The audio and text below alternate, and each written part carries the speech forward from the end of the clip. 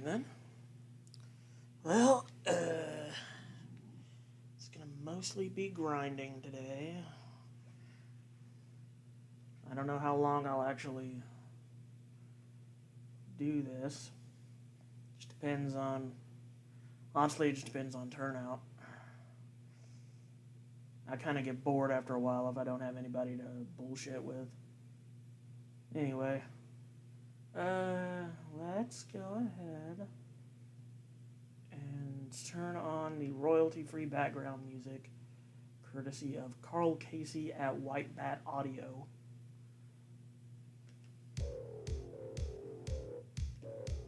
And I hope to God this isn't too loud. But if it is, I'm sure somebody will graciously tell me. I'm going to leave your jacket down a bit on YouTube.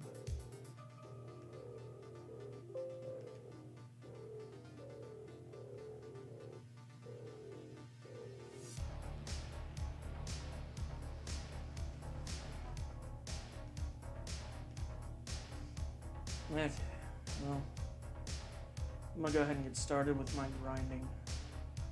Motherfucker.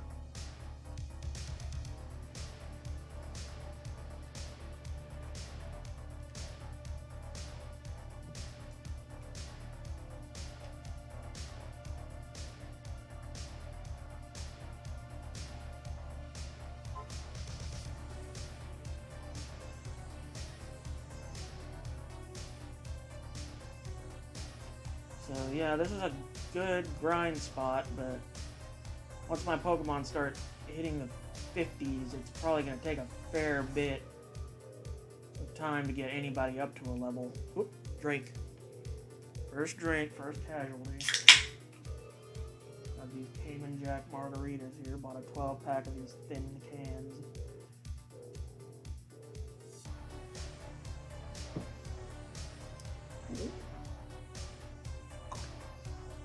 Not bad.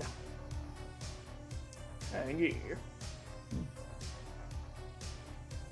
Well, that's probably going to happen a lot. I'm going to accidentally hit the button I meant to pause when I meant to get the button mapped to speed up. Which speed up still sucks, but I'm still just going to go ahead and roll with it to the best of my ability. It's not too bad on the battle screen. But when you're just out here trying to find some mons, it's a little bad. Flame wheel.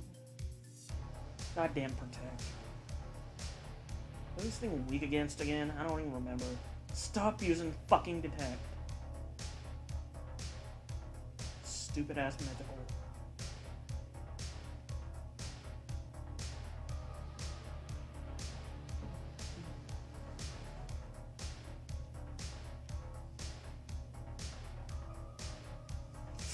Oh, I should not have done that. Okay.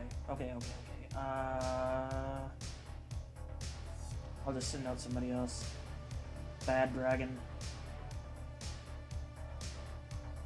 My goal is to get everybody up to about level 50.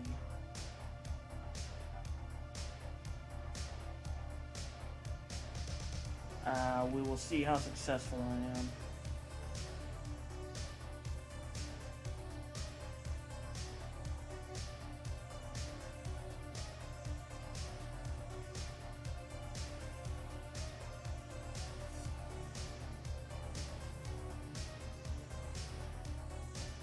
Pretty good jam and tunes. Flame wheel. Honestly, it might be partly because of these jam and tunes that I'm not able to get a good frame rate on this. But, hey, I'm willing to make the sacrifice just to have some background music. Because I will run out of things to say about grinding quickly.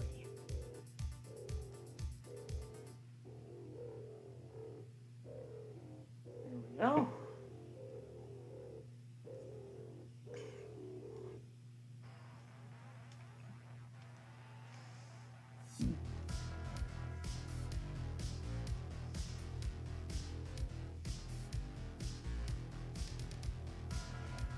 Levels are coming slow as hell from Monkey Donkey.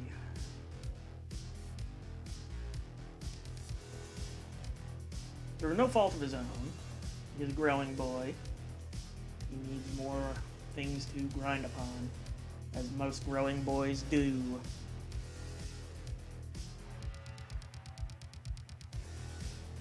God, stop knocking off my lucky egg, you piece of shit.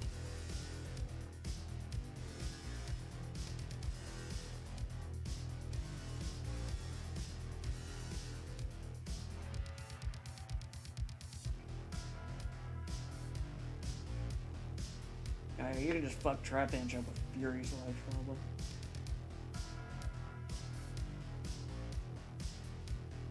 There's a lad.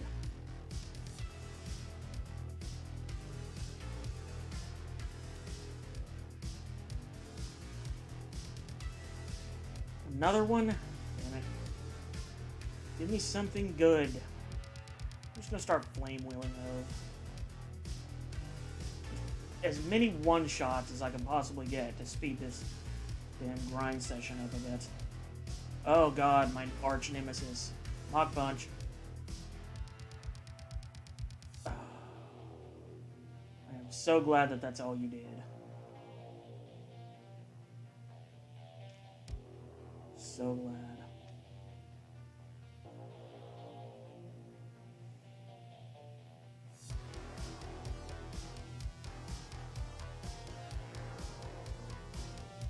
Oh, tantalizingly close to that new level. I'm so ashamed that in my short time between the Elite Four and my short time in Kanto, the only like OG member of the squad left is fucking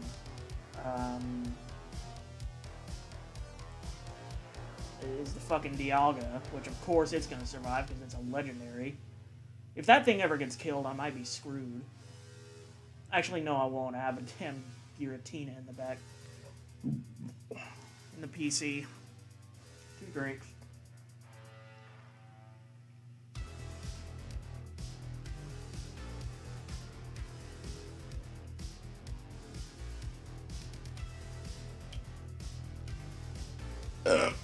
Well.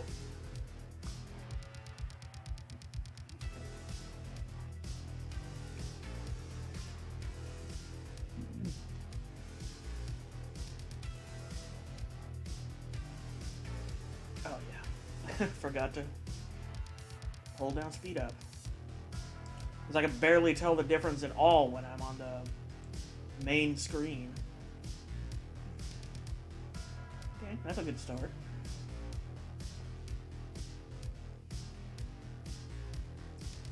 This is aggravating. Get your ugly face out of my face. Not even too long.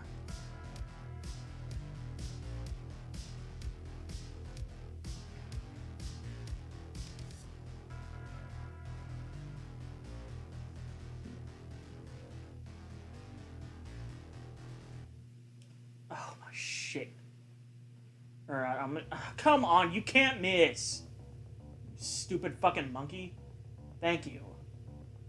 I take it back, you're not a stupid fucking monkey. You're just... maybe need glasses. Like, specifically fire retardant ones.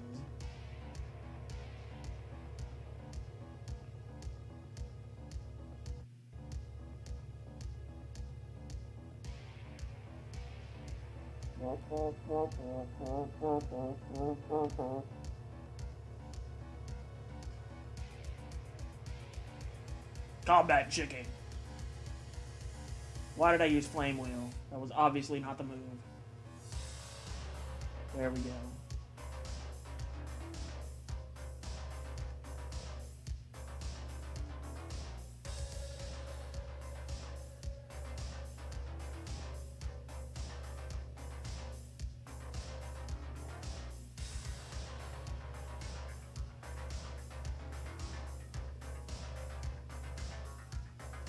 Level. Don't mind if I do.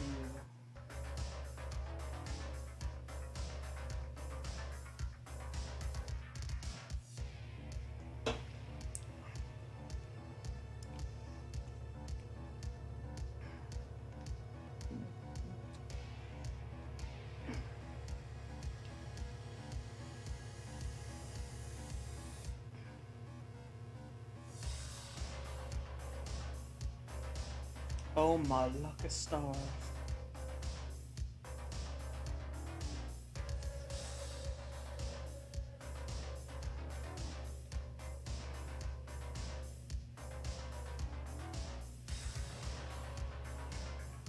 The flame wheel. Come on, fuck you. Here we go.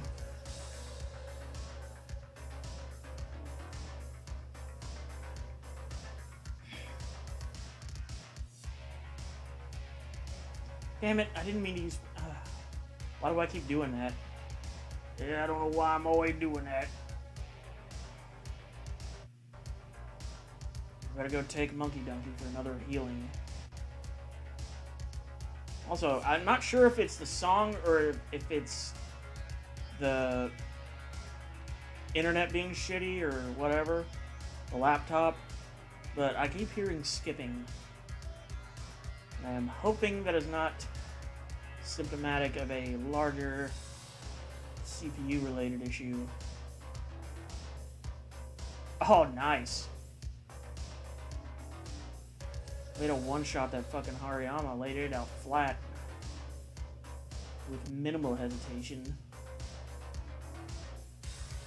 See, can we catch lightning in a bottle? No, we can't. Not even close. There we are. That's a drink. No, you are not learning Fire Spin. That move sucks. Drink.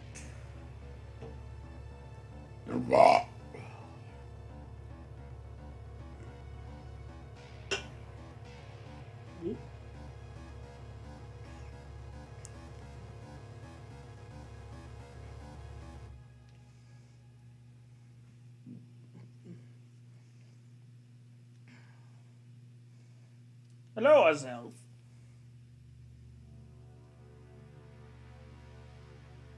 Okay, so clearly this thing is resistant to fighting.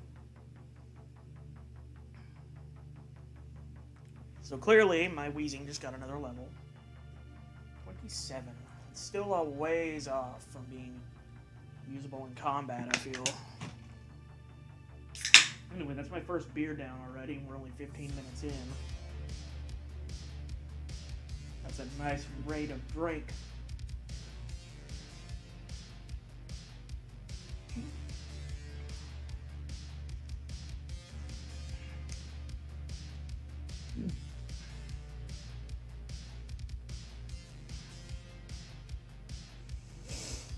Alright, flame wheel.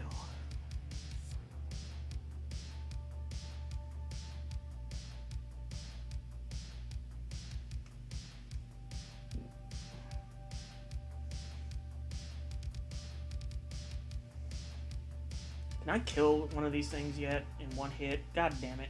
I love how it always goes for Aqua Ring, though. Stop fucking missing with Fury Swipes, Monkey Donkey. You got no reason to do that.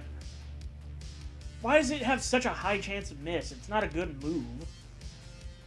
Like, it's only useful in, like, if you want to not waste your PP of a good, strong move when a Pokemon is close to being dead.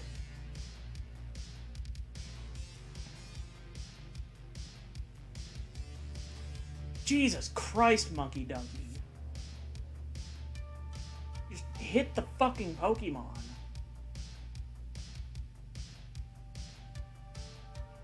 Christ's sake. Alright, Puchiana. I can Mach Punch that thing into the next dimension.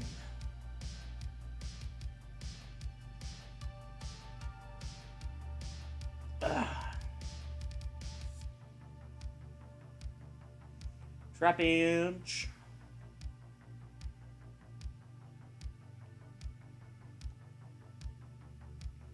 The big pinch.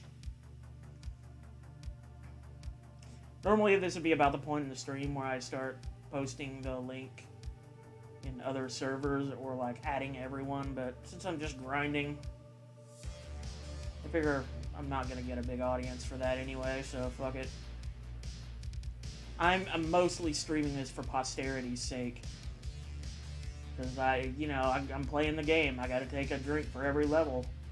And if I grind, I gotta drink those levels down, man. There's the rules. Otherwise, I would just grind off screen and fast forward to the interesting parts. What does haze do again? Eliminates every stat change. I mean... Nah. I don't feel like that's particularly great for wheezing. I'm gonna take a drink.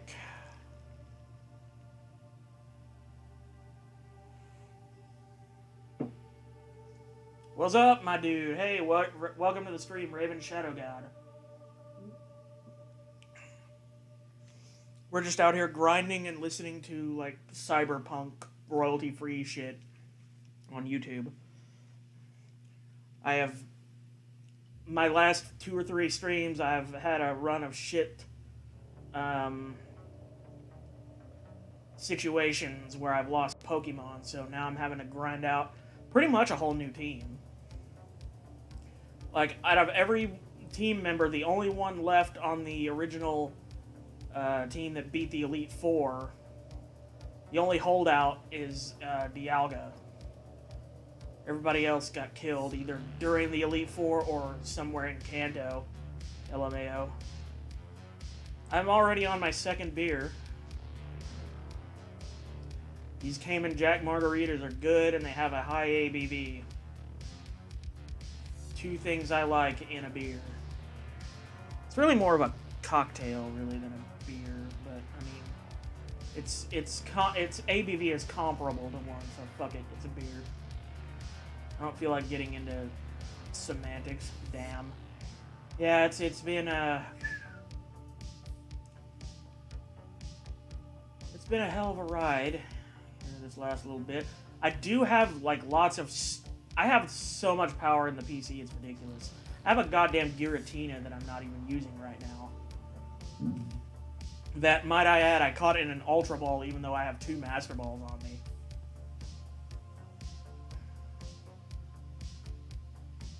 I felt pretty good about that. But, since I don't feel like grinding up a damn Legendary, which takes forever, you've just been smoking a vape and drinking energy drinks. Well, I might wind up drinking energy drinks if I lose a Pokemon. Except actually I won't. I'll wind up drinking water. That's all I got in the house besides alcohol and pink lemonade packets, which are ridiculously cheap at the Dollar General, which is why I've been buying them so often. That's a drink. Vaping and drinking energy drinks. Living the good life. Throw your hands up. Just another day. Haha.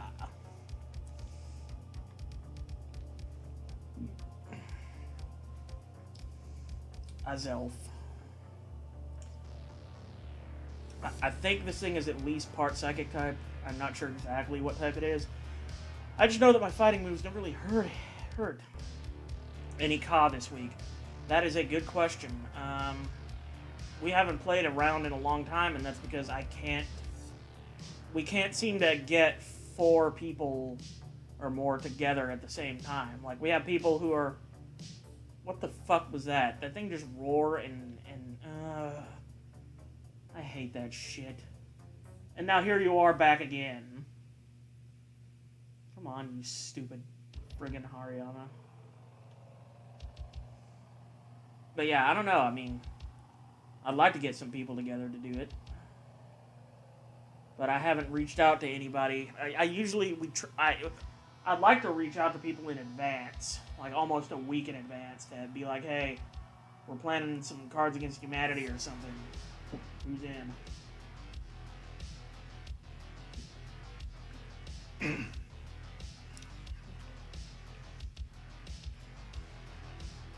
But to be honest, I'm thinking about maybe doing other games. I'm getting a little bit bored of Cards Against Humanity. I mean, not I'm not bored enough of it that I wouldn't be totally down to play it at almost any point where I'm free, but like I'd like to try a game of Scriblio, for instance, with the gang. It's like we played Reaper and I played it once with the catfish, but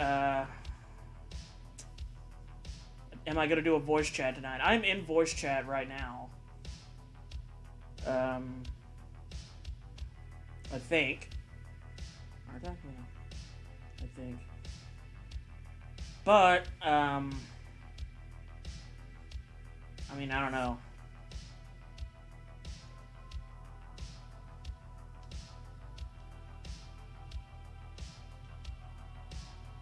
I'm also listening to this synthwave shit.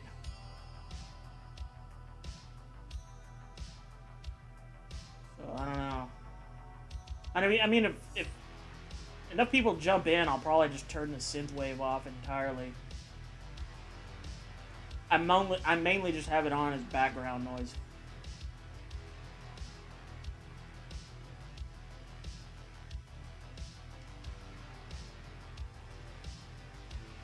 Yeah, but I was hoping Fury so I could kill it.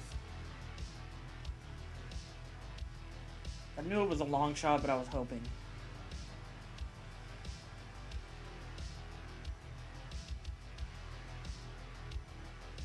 Hurry on. If you want to join, yeah, that's cool. We'll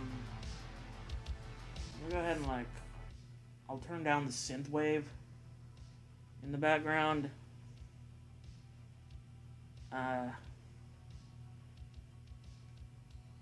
So that I can actually possibly hear you.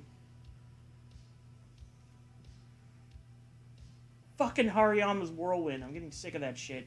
It only recently started doing this, too. Hello? Wait a minute. Hello? I don't know if Discord's being stupid, but I can't hear nothing. Can you hear nothing now? Oh, now I can hear you. Yeah. Let me see. I'm trying to figure out how to make... Okay, here you go. Volume go up. Now your volume is maxed out. Oh, okay. So, yeah. What's up? I've been playing a lot of Fork Knife. Fork Knife, oh. My old coworker has been streaming a lot of that, and I've been missing all of those streams because he always does them while I'm doing something else. Such is the way it goes. Fucking... It's been years since that game released, and I'm still not exactly sure how it works. I am the boomer that thinks that anything that was made before 2000, anything that was made after 2015 is totally lame.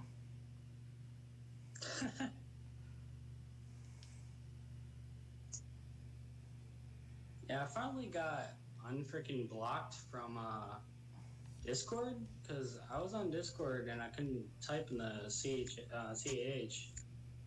Oh, Because apparently I was underage. Now I fixed it. Oh yeah, that's... Huh. Well, that's good. I didn't even know Discord had a thing like that. I think I've had underage people in my... But they were probably lying about their age. That's probably what that was. They lied. I recently turned. Yeah, Turned like... You're 18, right? Yeah. Now I am, yeah. Yeah, a lot of people are probably just lying about their age on Discord. They're actually 15, but they just put in 18. Because, I mean, it's not like Discord's going to verify. They're not going to ask you to send them ID or anything. You know what's actually funny is to verify your age, you actually have to send in an ID, but since that has all my information on there, like my birthday, for real birthday, it just, like, auto-changed my, like, my information. So, basically, I was underage, I'm, like, 17, and then it blocked me from the CAH. But usually they end up asking you to take a picture of your ID and then send it through Discord. It's like, okay. Huh. I was joking, but I did. They actually do that. Okay. I mean, I guess I got to do something to make sure 10-year-olds aren't fucking around in people's like voice chats, like causing a ruckus or being creeped on by the myriad creeps in this world. Yeah.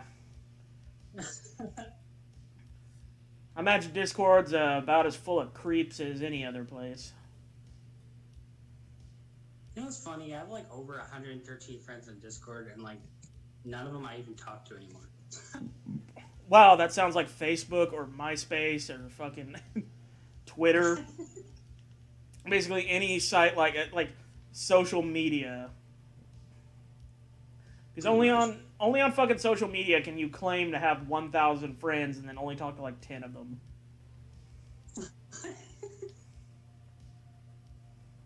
That's pretty much me. Yeah.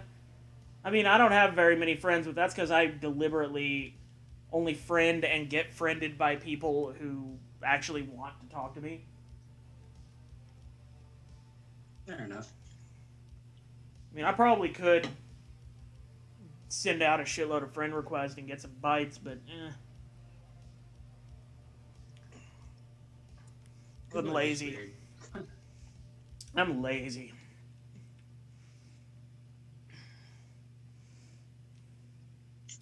I didn't always used to be that way. I sent friend requests to people in high school that I literally never talked to. Yeah, I probably sent friend requests since like 2018 on Discord. And like almost all of them I don't talk to anymore, so pretty much just drop friendships, I guess. Yeah. Dead friends. Or just like, pretty much. Not literally dead, but you know. Yeah, I know what you mean. The friendship itself is dead. Pretty much.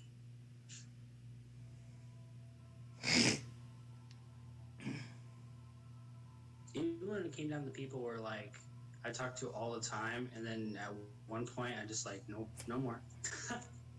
I'm so fucking annoyed. I just took a Hariyama down to like 5 HP and then it whirlwinded me.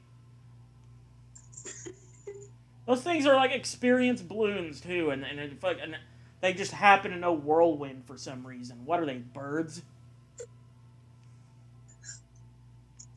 It's so annoying, man. And they didn't do that at all in my last live stream. Or the first 10 minutes of this one. It's only now that they're doing that shit. Wow. Like I found... Like I unlocked the fucking Hariyamas that like to be bitches and whirlwind you away. I'd love to see that in an actual like MMA fight. The other guy's losing, so they just kick up some kind of huge dust storm and blow the other guy out of the ring. And the people in the voice booth are like, how do we even judge this? Like, who really won this when you think about it? Certainly not the people who... Well, think about it. A person's standing there, you're fighting, and both of you are fighting, and that dude just comes out with a giant sandstorm or some type of wind, and it just blows the person away. Like, who wins that fight? They just flap their arms really hard, and the next thing you know, you're blown out of the ring. I should not fight this thing. But I'm going to with a different Pokemon. This Dialga that I caught in, like, the Sprout Tower has saved this run. Oh, Electivire? Yeah, I mean, I was afraid to fight it with Monkey Donkey, who was already, like, at below half health. Also, I need to heal up. And I need to take a drink, because I got a level. Draining this second beer fast. Yeah. Oh. I drink nothing but energy drinks and soda. I was using an energy drink for my penalty drinks during a couple of streams. Because I figured, like, I take the penalty drinks to help sober me up after I lose a Pokemon. And I figure if anything's going to sober you up, it's going to be fucking, like, Monster Energy or something. Yeah. It's like I old. guess it kind of takes away the taste, anyways. Yeah, it's kind of like old school Four Locos, which actually were energy drinks and beers in the same can. And the FDA actually came down on Four Loko and was like, you can't do that. You can't. That's basically like mixing an upper and a downer, which is deadly. Because And like, also technically making it so minors think it's okay to drink. hi Magetsu, or is that you, Magetsu? Zach, 1999. Hello? What? So, I heard you a little bit, and now I'm not hearing you. I said Ya Shalom. Oh, Yashalom. L'chaim or something. Fucking Mazel Tov.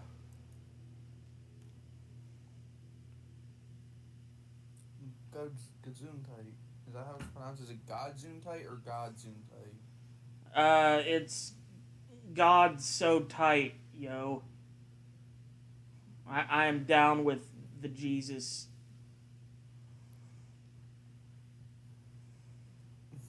Yo, what if I just, like, while I'm in the VC, I still type in chat anyway?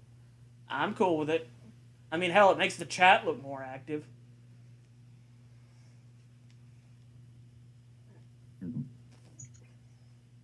So I found this comment on Twitter. Someone posted. It was like a tweet.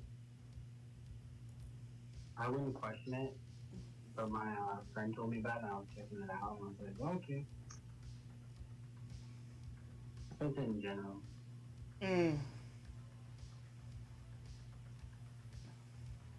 What was the comment? Goddamn fucking whirlwind. I'm getting so mad at that.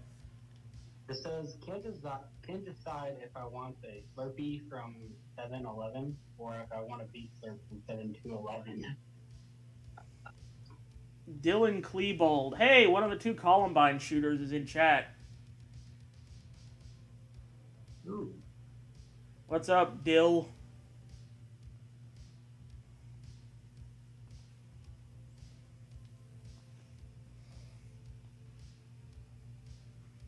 This is a Pokemon stream where I drink while playing Pokemon. Because it's either that or drink while not playing Pokemon. And I mean, who wants to do that? Cowards die many times before their deaths. The valiant never taste of death but once. Of all the wonders that I have heard, it seems to me the most strange that men should fear.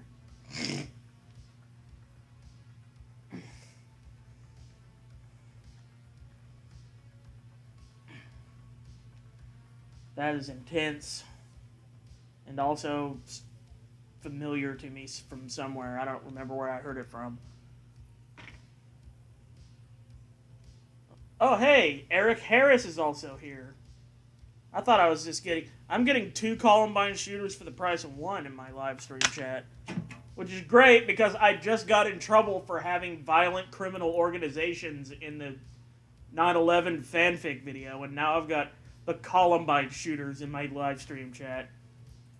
I love YouTube. Fuck off, Wilton.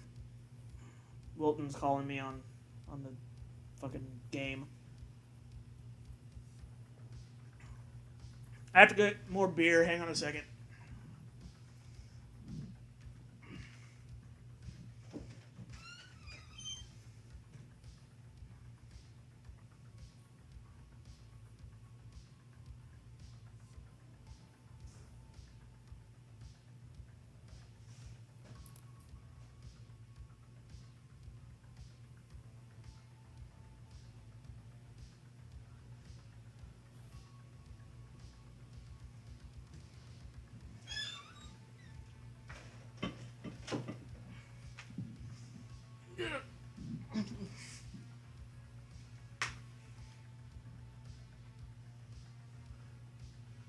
I'm back.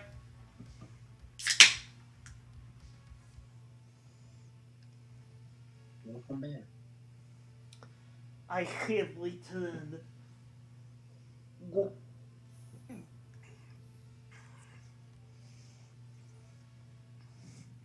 Oh, sorry if I'm quiet. You're there's being. a weird guy outside my window, and I'm just making sure he's not doing anything crazy. I'm mostly quiet because I'm playing video games. I don't think anyone wants to hear me yell at my friends in my video. And just pipe in when you got something interesting to say. Alright. Is he wearing a hockey mask? No. He's wearing a white spray painted William Shatner mask. Oh shit. Oh, that's fine.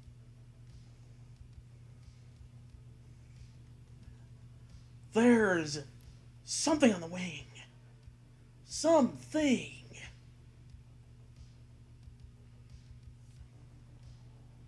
It's just funny to me that the original Halloween budget was so goddamn low that Michael Myers' mask was legit just a William Shatner mask bought at Party City that they just spray painted white.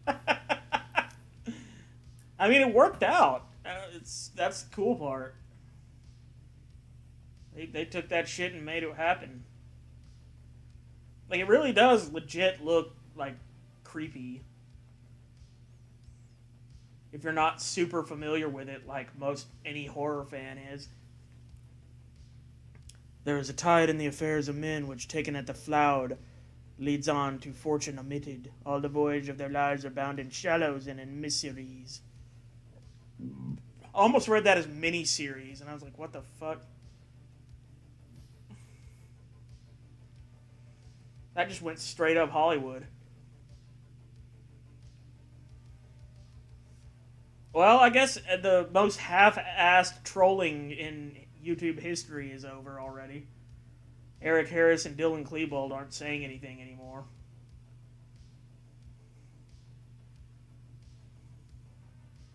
You know your live stream is boring when even the trolls get bored and leave. Yeah, man.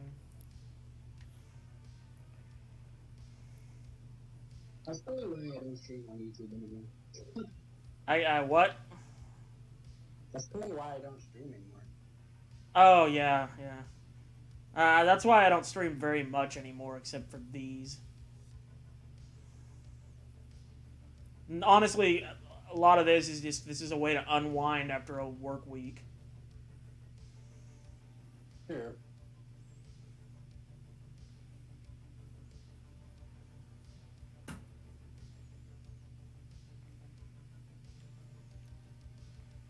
When beggars die, there are no comets seen. The heavens themselves blaze forth the death of princes. Small petite belch.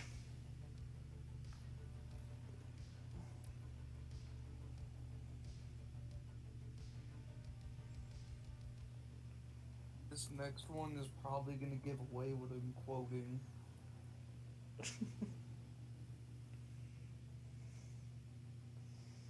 The user slams the foe with a long tail, vines, etc. The target is hit twice in a row.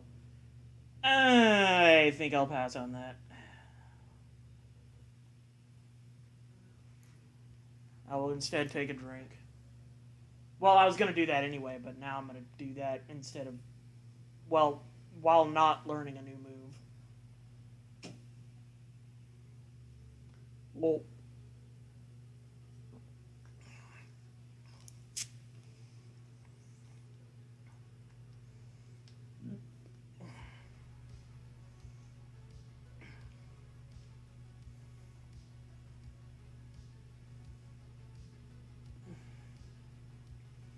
Dude, keep these fucking electivires coming. Now my friends are being stupid and ranting about freaking J Balvin memes. I am as constant as the northern star. of whose true fixed and resting quality there is no fellow in the firmament.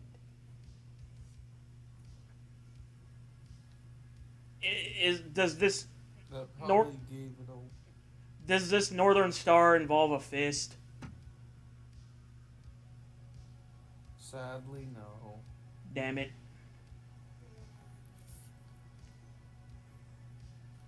I'm gonna keep dropping quotes from this, but I'm not gonna use any quotes that have characters' names because I'll just give it away.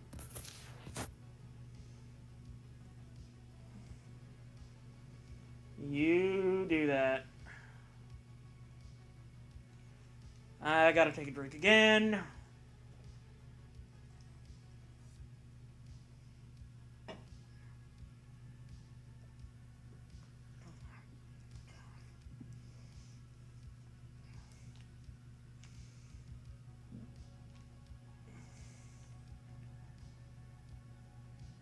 Damn. So, I don't...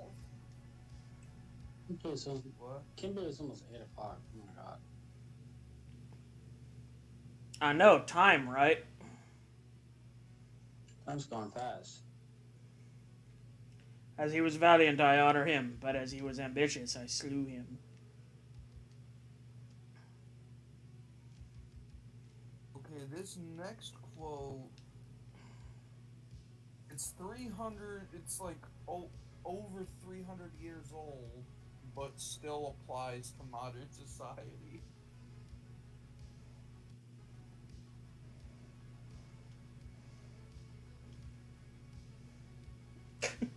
And that quote is, you know what? Y'all suck.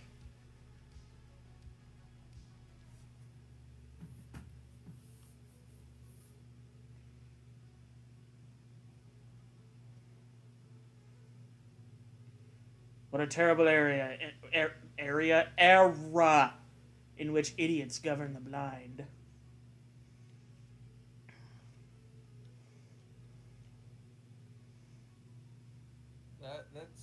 That's so true. Even like even over 300 years ago, people hated politicians. I mean, has there ever really been an era where people liked politicians that much? I mean, during wars, maybe. Like or like right after big terrorist attacks, like when 9/11 happened, that was probably one of the few times in history where people actually were approving of Congress. Because like everybody was just so... People hate politics in general anyways. At least I do. I know a lot of people that hate politics. I mean, I like and hate politics. I like paying attention to it, but I hate the direction it's been going in. Yeah. Like ever since I was old enough to start following politics, it's just been on a downward fucking spiral.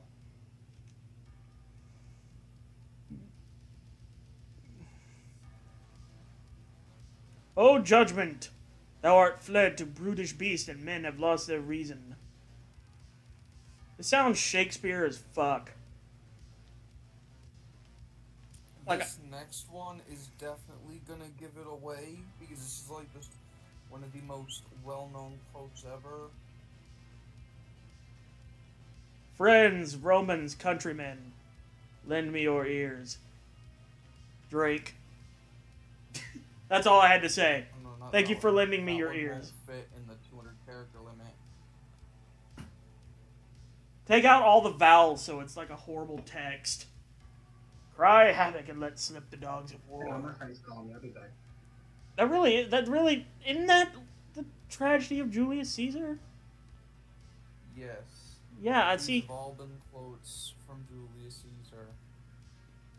See, I recognized a lot of these.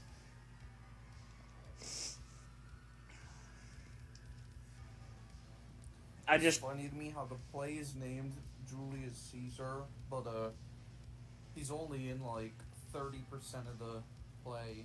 Yeah, it's one of those things where he's super important to the plot, but as a character, he barely has any time on stage or dialogue with anybody.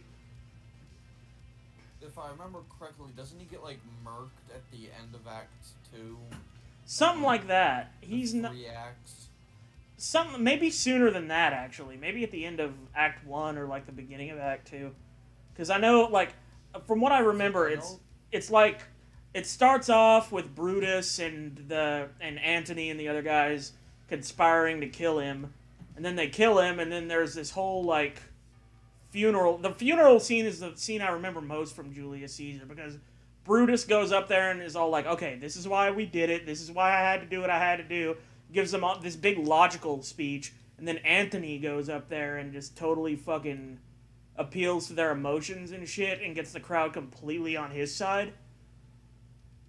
And then that causes Brutus and the other conspirators to have to flee Rome, and a bunch of other terrible shit happens. Like Brutus kills himself by like running into somebody's sword or some shit. Yo, man. Mark Antony was a grifter, bro. Yeah, that dude was totally fucking like anybody who knows how to manipulate people's feelings like that is real fucking dangerous. He also fucked his dead friend's girl. She's my dead friend's girl. But she used to be mine. If I remember correctly, didn't Mark Antony fuck? Didn't he fuck Cleopatra after Julius Caesar died? I think so. That sounds about right. I know Antony and Cleopatra had a thing. Of that much I know, but it's been like the last time I read Tragedy of Julius Caesar was like sophomore year English class, and I liked it at the time. No, even Cleopatra was a bit of a hoe. that is like maybe her main defining character trait. Is that she's totally pretty and like uses her beauty and shit to get what she wants. That's all I've ever heard about Cleopatra. Even her brothers. Oh. Back when people didn't know any better. Or maybe they did, but they chose not to. Drink. Did he know that recent like discoveries of old Egyptian coins show that Cleopatra may not be as attractive as historical reports say? I've heard about that. Yeah, that Cleopatra might not have been all that hot. I mean, maybe beauty standards back then were just different. But I don't know. Maybe their descriptions don't match up. Or maybe it's just she was so butt ugly that she used her power to like scare people into saying she's hot. Yeah, maybe. Like fucking Medusa or something. Turns their eyes into stone. She's like, "Hey yo, you there, motherfucker on the front left with a stick of the pelican. Am I hot? What, are you gonna say no to the pharaoh?"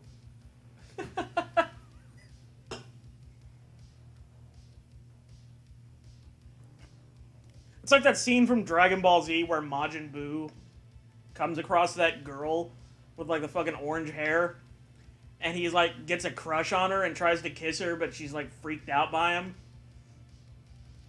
But at the same time, it's Majin Buu, and she knows that Majin Buu can kill her. So like Majin Buu, you think Boo's sexy? Yes, I think you're very, very sexy. Yay! Then give Boo smooches! And she like freaks out and starts screaming and like kicking at his huge stomach. Basically, Majin Buu tried to rape a woman at one point. And when he failed to do so, he turned her into candy and ate her.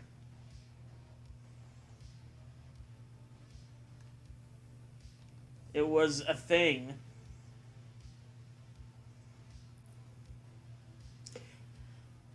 That's actually very similar to a case in like the late '80s where like a dude asked a chick for the sex. She said no, so he killed her and cannibalized her over the course of like 3 weeks.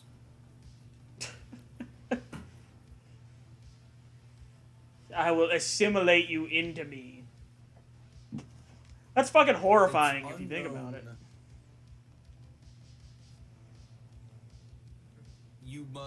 I will eat you to gain your courage.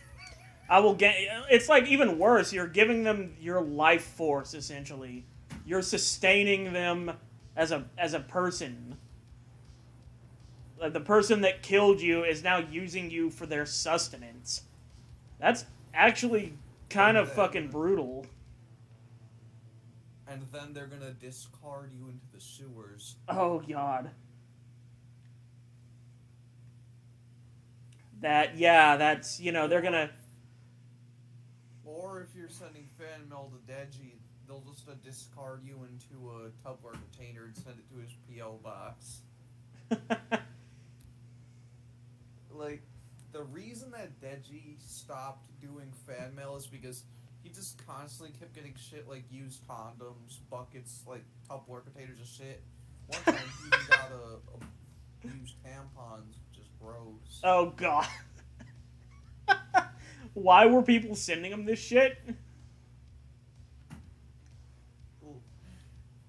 Because, like, everyone hated him. Even back before, like, everyone hated him. The people that hated him before it was cool sent him their used tampons. I hope I never have to say that sentence again. One time, someone tricked him into thinking they sent him a note that had "sweat" from a guy with Ebola. Did anyone ever send him, like... Had it... Go ahead. He got sent ecstasy once. Did he take it? No. Damn it, he should have taken it. That would have probably made him so much cooler. And one jackass sent him just an envelope full of, like, peanuts, because, like, he had a very bad peanut allergy. Good lord. One time, he got Kit Kats in the mail, but he didn't know that one of these specific types of Kit Kats had peanuts in it. And he actually, had an allergic reaction, like, on stream, and it was, even though I don't like Deji, that was kind of uncomfortable to watch. Shit. Because, like, man's just, like, couldn't breathe, his, like, stomach was, like, he fell to the ground with pain and shit, his dad had to grab an EpiPen. Yeah, that's pretty fucked up. That is pretty fucked up. I'm just glad that I don't have any allergies. Well, other than the ones that everyone has, like pollen and shit. Yeah. Yeah, same here. I don't really have any... I've never had a situation where I ate or drank something and then just had that kind of reaction. I used to have a flaxseed allergy, but, like, strangely enough, it just, like, went away. I don't know how. Similar, yeah, exact same story with me and, like, pine. Like, pine... Like, when I was 1 or 2 years old, my parents brought in an actual, like, authentic Christmas tree, pine Christmas tree, and I had a really awful reaction to it. But then we went to, like, Colorado or something several years later, and, I mean, it made me sneeze a little bit, but other than that, nothing. My mom actually, when she got pregnant with my little sister, like, during the pregnancy, I guess because it, like, can, like, alter your genetic code or whatever, she randomly gained an almond allergy when she was pregnant with my sister. What the fuck? Now that I've never heard of. Because, Which sucks because her favorite candy used to be Almond Joy. But now she can't eat it. Oh, so she kept the allergy after she gave birth. Yeah. Oh Like, God. she gained an allergy because I don't know how it works, but like, I guess pregnancies can just do stuff like that. That is, I have never heard of that. That is fucking strange to say the least. Just like, she actually found out in a very terrifying way, cause like she always used to love almonds, but one day like during the times when she like it was like 4 months into the pregnancy, like a coworker offered her like some almonds. She ate them and went into like minor anaphylactic shock. Shit.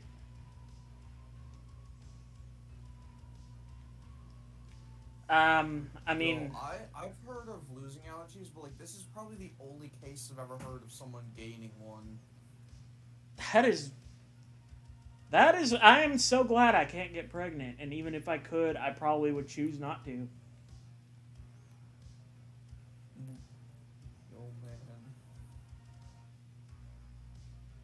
I don't envy females. I ain't gonna lie, I don't envy them. Yeah.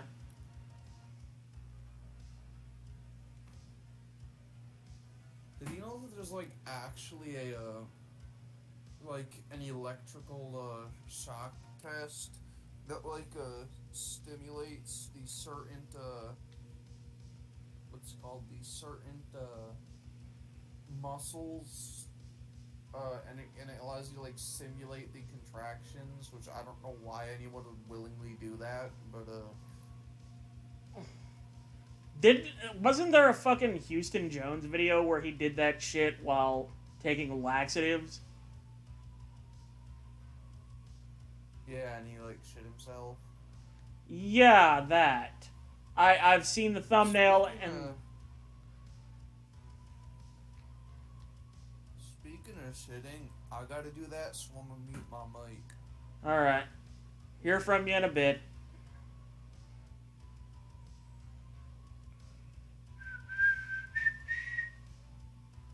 I'll just keep on sitting here and drinking.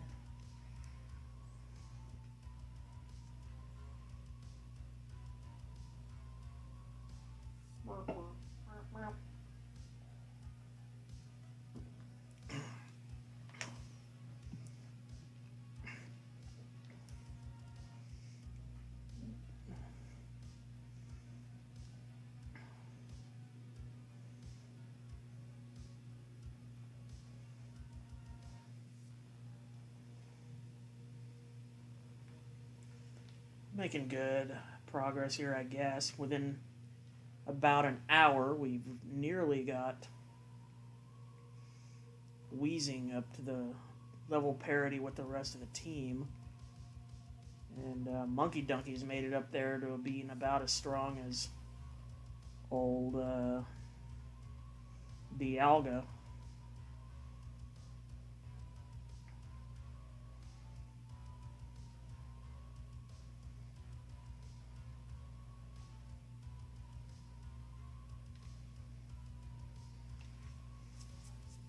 Itchy.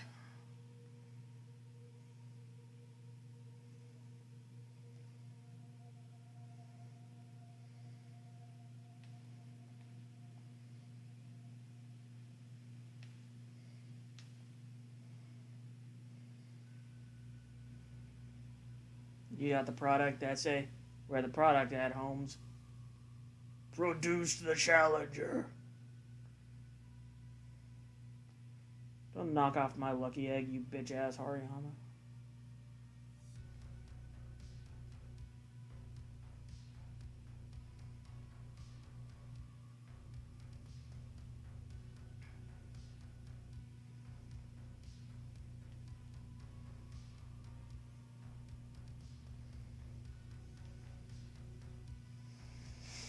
Come on.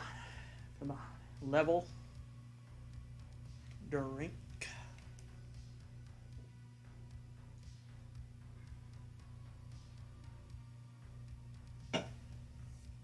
Oh.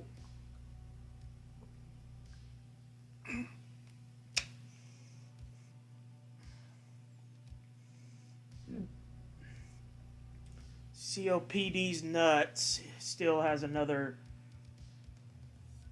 3 levels to go, but I'm going to go ahead and put Bad Dragon in the lead. Because now these top 2 Pokemon are both tied for strongest member level-wise.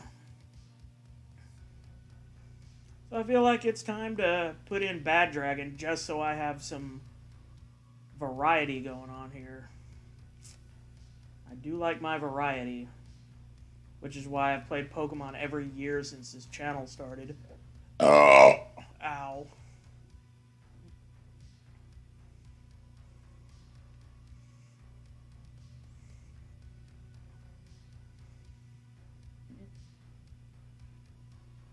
Regis Philbin.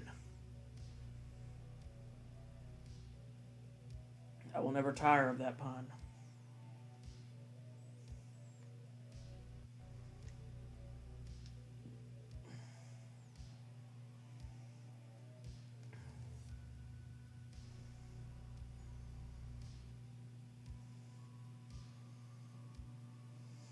I love this. Bad Dragon is just gonna one-shot everything. This thing is murder incarnate.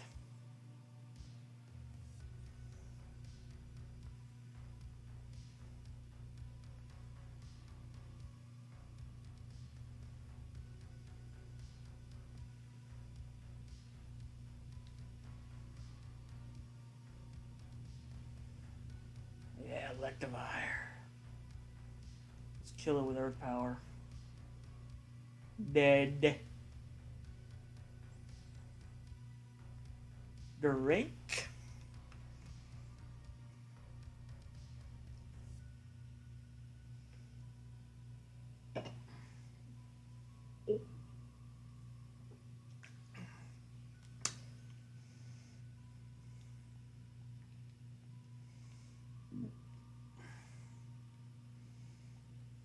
I love this fucking Dialga.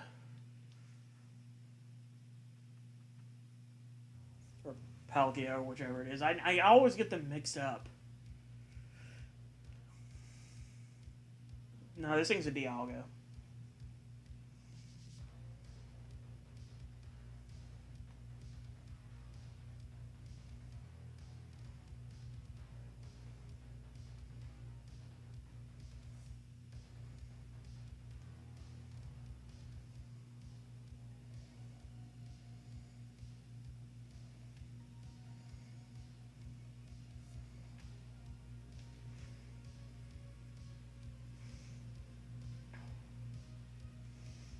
Alright.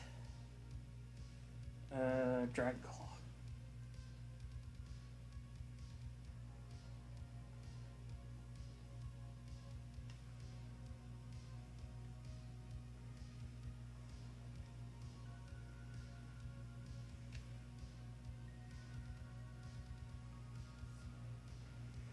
I love killing these dugongs because they absolutely deserve it after the bullshit they put me through several streams ago, where they like took out 2 of my Pokemon basically. The little fuckers. Suck it, dig it, eat it.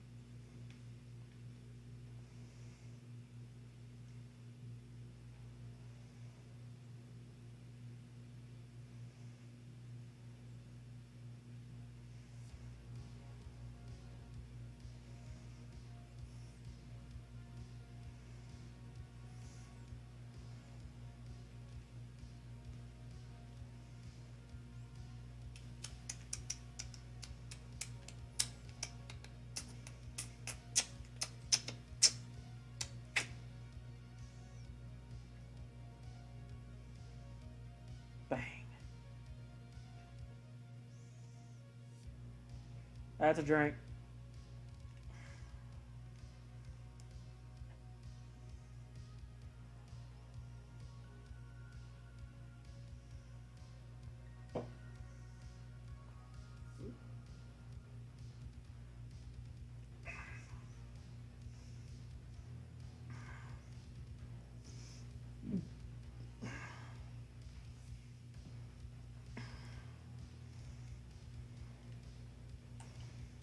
Alright, let's put Monkey Donkey back in front and return the lucky egg to it.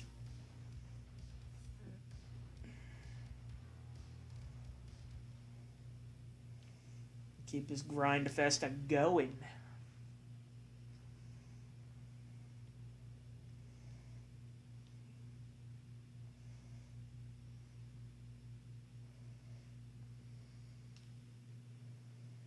Fucking protect or detect. It all does the same shit anyway. It might as well all just be called the same shit. I hate those fucking stall moves. I would respect it more if they used toxic or something in conjunction with it, but no.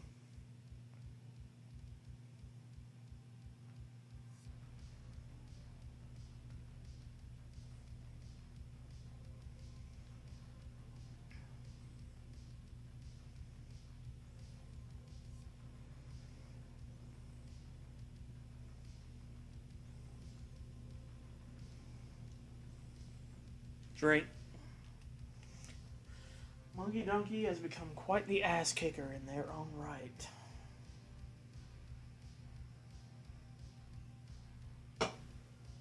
Ooh.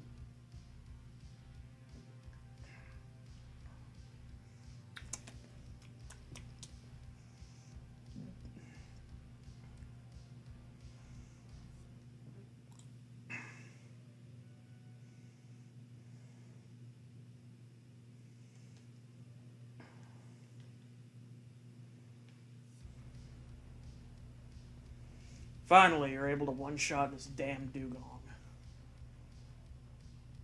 That's a major plus in your favor.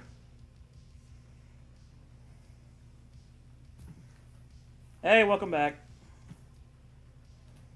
What's up, homeboy? Oh, not much. Just waiting for this wheezing to hit level 40 so I can start training it up.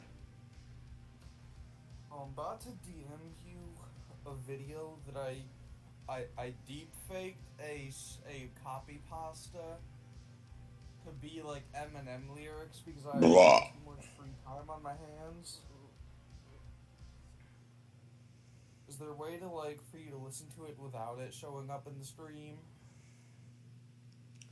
I mean,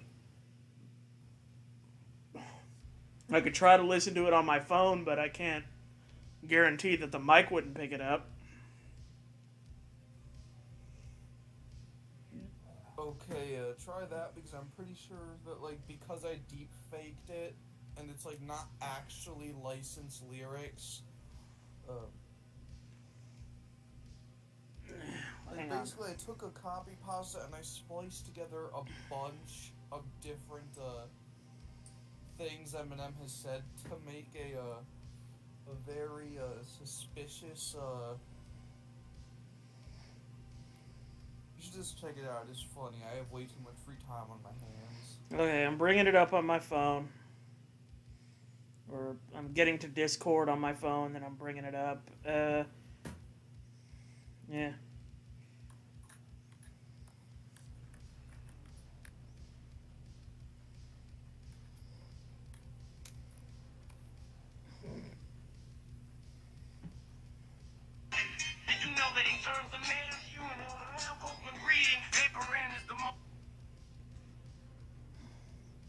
a second. You know that in terms of male human, reading, paperin is the most compatible potent for humans. Not only are they in the building group, which is mostly comprised of mammals, paperin are an average of retro tall and 6 to 8.9 pounds. This means they're large enough to be able to handle human things with impressive base stats of haven actions and acid armor. Can be rough with one, they're mostly water-based biology. There's no doubt in my mind that in a round vaporin would be incredibly wet. So This is how all classes should be taught. Without getting sore. You can also learn to move the track band and all iron cats and they charm and tail wet. Along with not having fair to hide nipples, so it'd be incredibly easy for one to hit you in the movie with their abilities water absorb hydration. They can easily recover from fatigue with enough water. All the Pokemon come close to this level of compatibility. Also on that, if you pull out enough, you can make your Vaporin turn white. Vaporin is literally built for human valley defense stat plus high Totally, that plus took me acid so armor. long to make. I can imagine.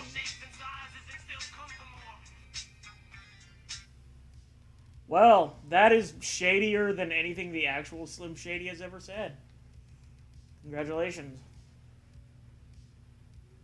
I think in total, between like I had to go through so much of M's catalog to like splice together stuff. That's dedication. Actually making him say Vaporeon was one of the hardest parts. I'm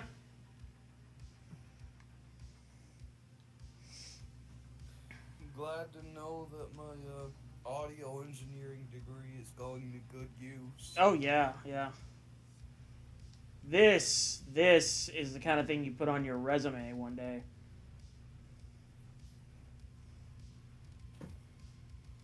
And I mean, just like the whole thing written out. Don't actually show them the video.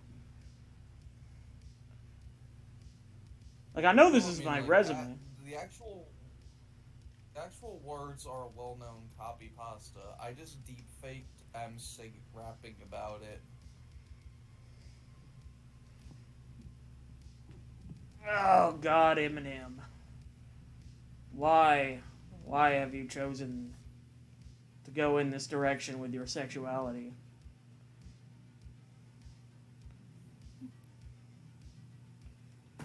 Yo, I don't know why there are so many people out here trying to, like, fuck Pokemon, bro.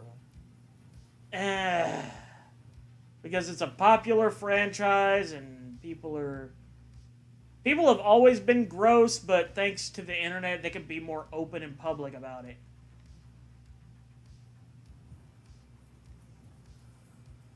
Ergo, Like, there are some Pokemon that I find attractive, such as Gardevoir, but attraction does not equal, what's it called? You can find, like, just because you find something attractive, don't mean you want to pursue that attraction, if that makes sense. yeah. I mean, I'm pretty sure Gardevoir was intentionally created to kind of have this sort of humanoid, like fairy-like. I told you that its Japanese name translates to Sir Knight. Sir Knight. I would say, Yes. cool. And that's about it.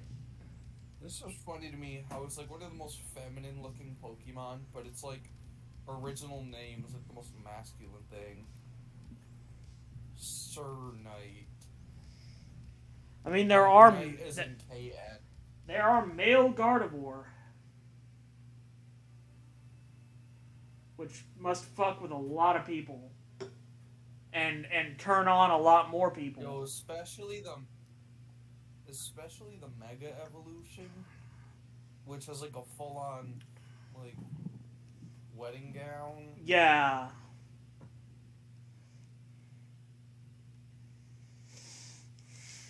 Oh man, it's like a Stallful, bro.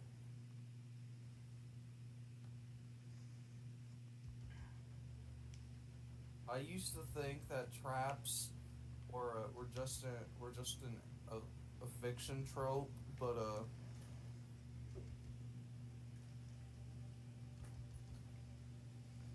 it's actually real life. It's actually a real life struggle now. Oh boy. Anyway, I gotta go get more alcohol. Hang on a second. Alright.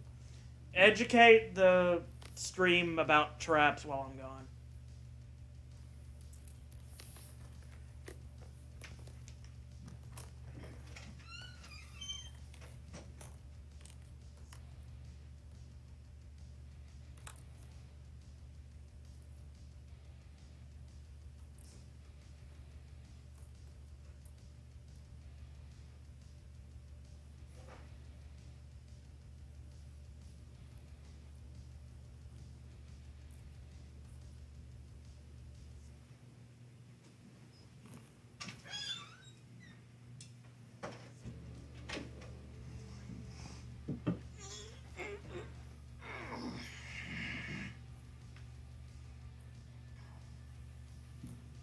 I'm back.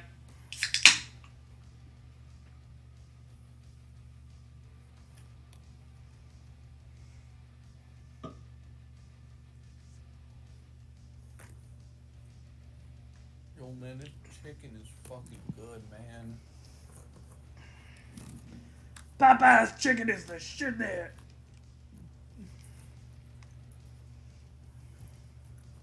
Like, can you repeat that? The first part cut out. I don't feel like it. Have you ever seen the Adam Sandler film Little Nicky? Yeah, that's what I was referencing.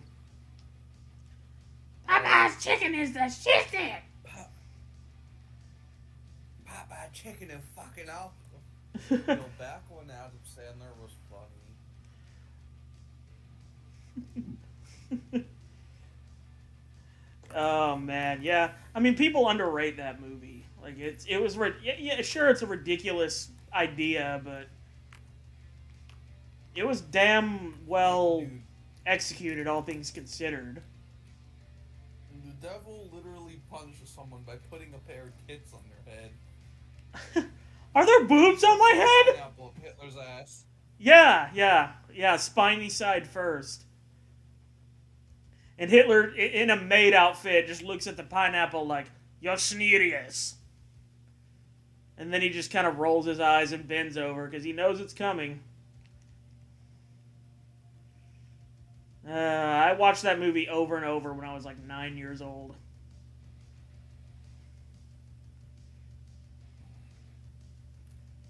Not too bad. Wait.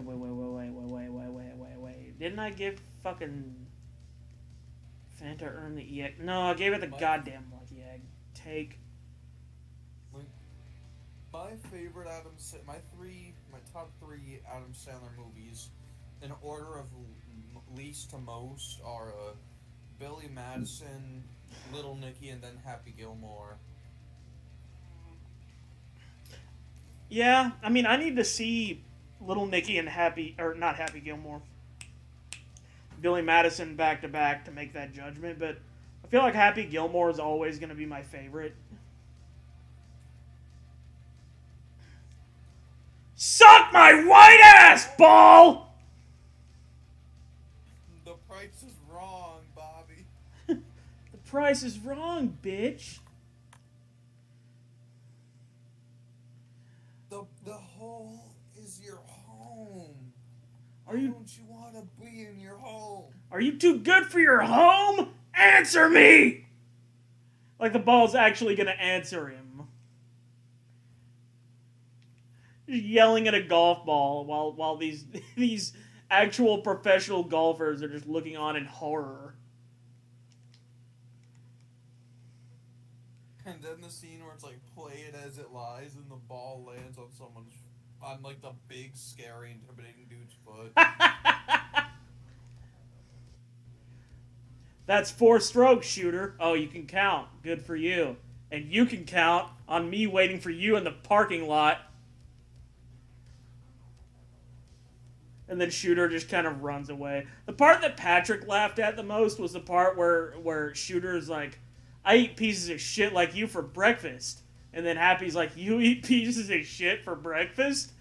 And then Shooter turns around. And he's like, "No." Just stands there for like 5 silent, awkward seconds and then runs away. It's fucking awesome.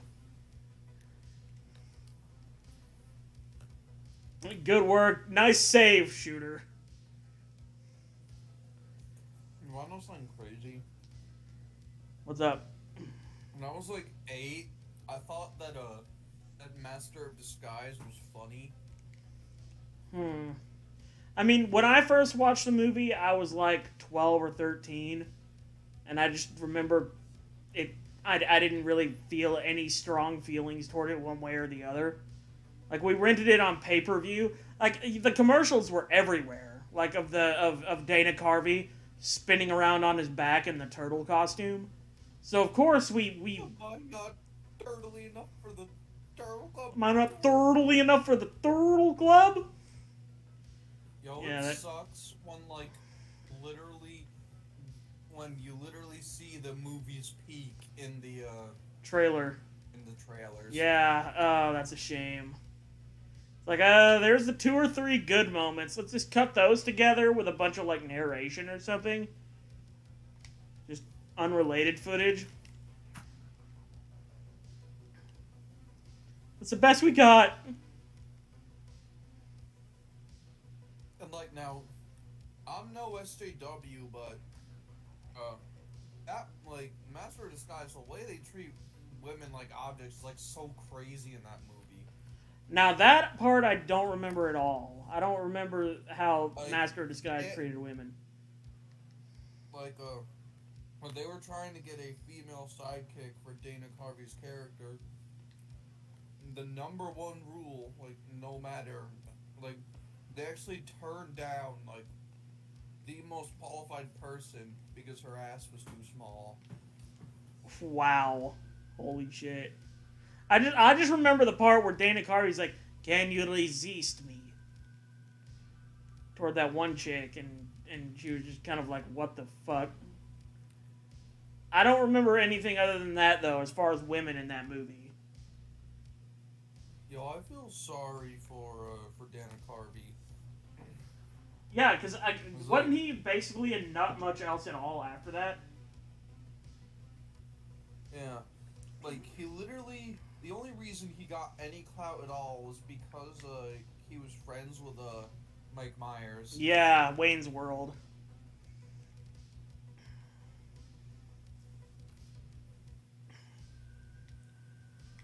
Well, I mean, you can feel bad for him, but think of it this way. Go ahead. Oh, Wayne's World is legendary. Yeah. I need to see that movie again. I think it's been that's another one of those movies where it's like been a really long time. I need to see a lot of movies though for the first time. Like last night, I finally got around to watching 8mm, that Nicolas Cage movie about snuff films. I don't know if you've ever seen that one, but it was decent. Huh? I don't know what my personal favorite Nicolas Cage movie is. And it's probably gonna surprise you. My favorite Nicolas Cage movie is Lord of War. Now, is that movie with like dragons and shit in it? No, Lord of War is the one where like it's like about gun running. Oh. Yeah, I'm not super familiar with movies, so I don't actually know that one. It's his most serious film, and when he plays a serious role, Nicolas Cage actually does surprisingly good. Yeah. Even though Lord of War is my personal favorite, without a shadow of doubt, the most entertaining Nicolas Cage movie. It's actually hard to choose, but I have to say, National Treasure, because I'm gonna steal. My Nicolas Cage impression is shit, but I'm gonna steal the Declaration of Independence, and then I'm gonna put the Declaration of Independence in a basket, and I'm gonna eat fish and chips on the Declaration of Independence. Nice. Is that which? I never watched any of the National Treasure movies either. So, is that like the first one or? Oh, that's the first one, but like I just like he didn't say any of that extra stuff. He only said I'm gonna steal the Declaration of Independence. But, like, Yeah. It's just funny to me how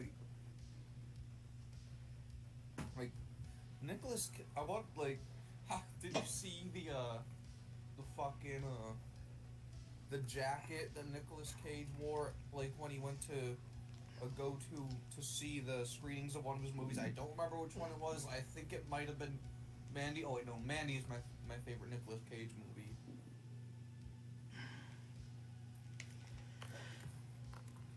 I think one of the other Nicolas Cage movies I've seen that kind of stuck with me was Leaving Las Vegas, but that's only because, like, in that movie, like, Nicolas Cage does his usual, like, floundering around and acting insane kind of shit, but in the context of that movie, it's really sad because it's basically about a man committing suicide through just chronic alcohol consumption.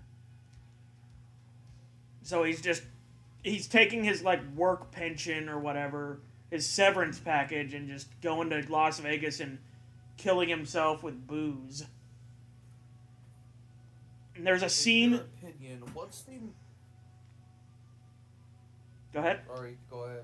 Alright, I'll go ahead. There's a scene where Nicolas Cage, like, wakes up one morning and he's got, like, these severe tremors because he hasn't drank alcohol in a few hours and he's already getting, like, fucking DTs. So he just runs over to the fridge and, like, pours a bunch of vodka into a carton of orange juice and drinks it, and you're just like, this motherfucker is gonna die. Like, this guy doesn't have a chance. Like, there's no saving this dude. But anyway, go ahead. Your turn. In your opinion, what's, like, the most iconic Nicolas Cage movie? Like, what movie encapsulates the man that is Nicolas Cage the most? I mean, I can't, I'm not an expert. I've only, like, heard of the depths to which Nicolas Cage will go for... I mean, Patrick and I watched the Wicker Man remake just to make fun of it. That one was... That one... I mean, even if you take away the... No, not the beach. I mean, yeah, and even if you take away that scene, which, fun fact, was only in the special edition, like, it was actually a deleted scene. When we watched it on Hulu, we didn't watch... That scene wasn't in there. But fucking... just all the scenes of him running around in a bear costume punching women. Just beating the shit... That was fucking great. Yeah, just him running around this island beating the shit out of women. Just kicking them around. Like... It's like that scene from Meet the Fockers where the guy just goes around smacking the shit out of everyone. Was that Meet the Fockers or was that one of the sequels? I don't know. I mean, I don't remember a scene from Meet the Fockers where they do that, and I watched that movie quite a few times. Then it must have been one of the sequels, but there's one where, like, he, like, goes up to, like, a house party and, like, anyone and everyone that approaches him, he literally just, like, smacks them open palm across the face, even the kids at the party, and it's just funny. Who does it? Is it Ben Stiller or Robert De Niro? Wait, let me check, because it's been a while since I've seen the scene. It's been a while.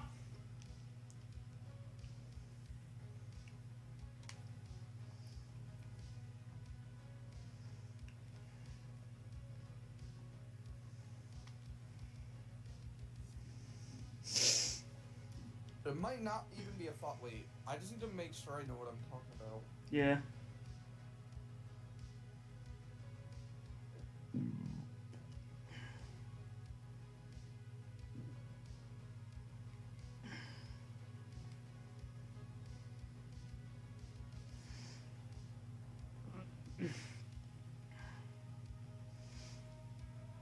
Never mind, I'm just retarded. It was a short film. Oh. Called The Slap. You've heard of the clap, now get... The clap. Yeah, you've heard of the clap, now get ready for the slap.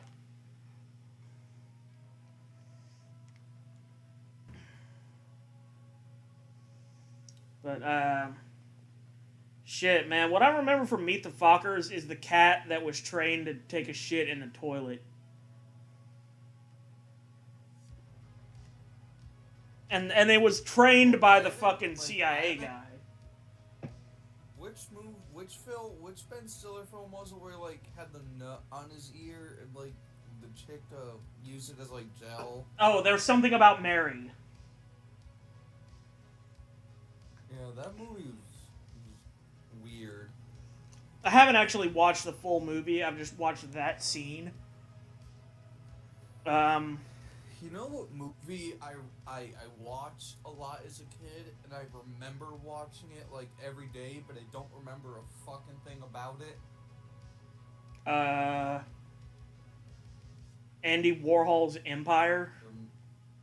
No, Mr. and Mrs. Smith. I remember that I used to love that movie as a kid, but I don't remember a damn thing about it. Oh, yeah. Isn't that the Brad Pitt movie? And, like, Angelina Jolie, maybe? Yeah, Brad Pitt and Angelina Jolie.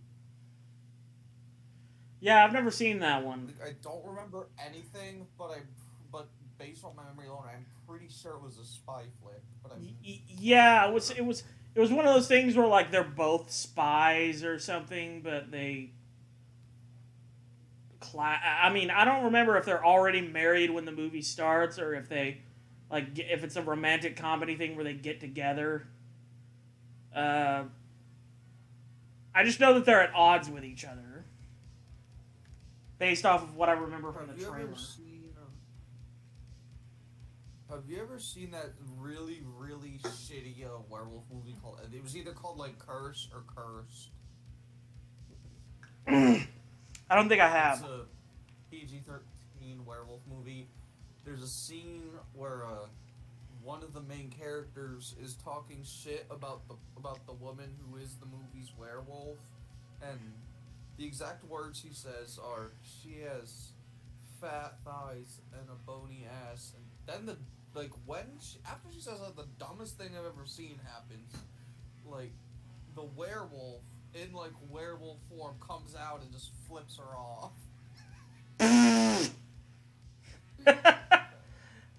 Getting the middle finger from a fucking animal that doesn't even have fingers. They have, like, claws. They have, like, digits. Speaking of werewolf movies, The American Werewolf in London is a fucking great movie. I want to watch that one. I think I remember seeing a few scenes from it when I was a kid, and it was on the 100 Scariest Movie Moments, which I'm hoping one of these days I'll have watched every movie on that list. But yeah. It's so good, and it's truly it's not so much scary, but it's like a haunting movie. If that makes sense. So it, like, sticks with you. Yeah. After you've seen it. Yeah, I feel you on that. And also, the makeup effects are fucking phenomenal. Oh, yeah. The scene that was shown on the 100 Scariest Movie Moments was the one where the guy transforms into the werewolf, and it actually fucking looks like the dude's turning into a werewolf. Like, his body is just, like, exploding out. Like, he grows a snout out of his face. His hands, like, get bigger. You can hear his bones cracking and, like, changing and shit. It's wild as hell. Yeah, it's truly, like, that is, in my opinion, the single greatest werewolf transformation in cinematic history. I can see that. I mean, I don't know what the hell else. And to this day, all the other really good werewolf transformations copy American Werewolf in London. Right. And they shoot that shit in broad daylight, too. No suggestion, no, like, shadows, no, like, crossfades. You just see this guy's body, like, morph in real time.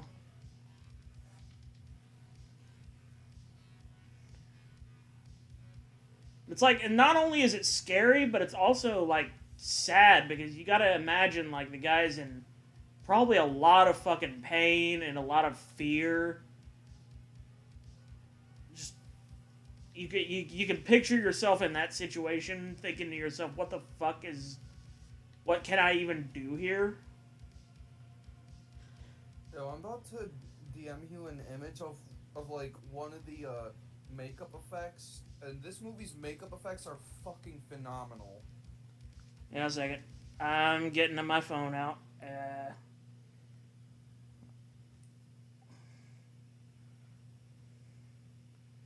Oh yeah, isn't this the one dead dude that keeps like visiting him during the whole movie? Yeah. Those gore effects look so realistic. Yeah, yeah, he looks like he's actually been. I love that. I love the cut part around his left eye, where it's just like kind of a flap hanging there. That's nice. Yeah. Like, why don't movies nowadays do practical effects? I mean, I know it's hard and more expensive than CGI, But it's worth it.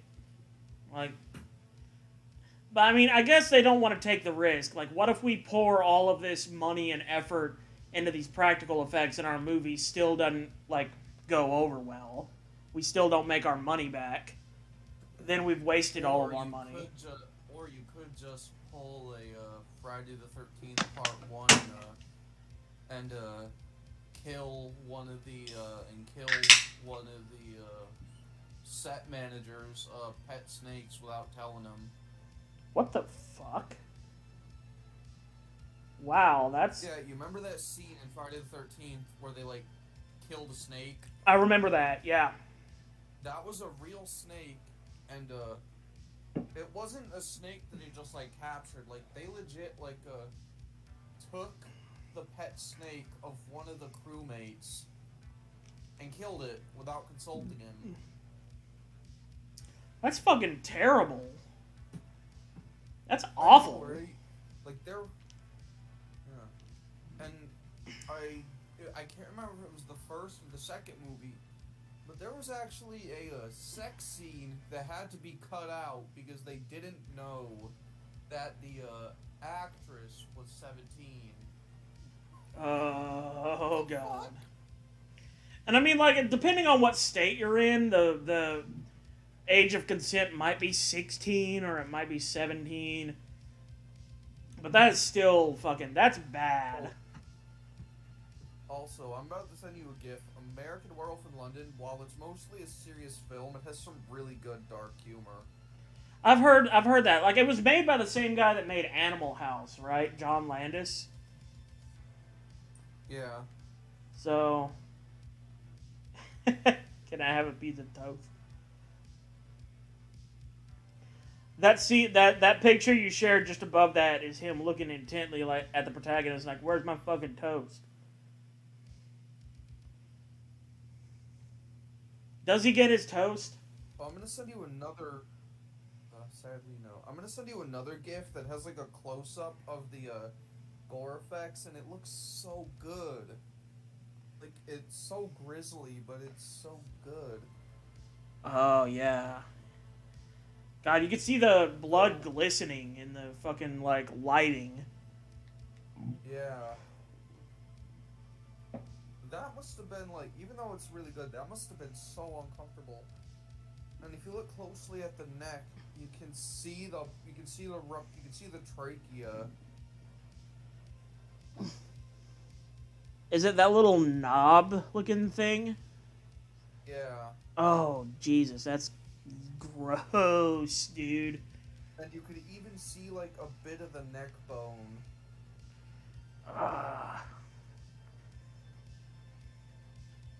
Neck bone is connected to the head bone.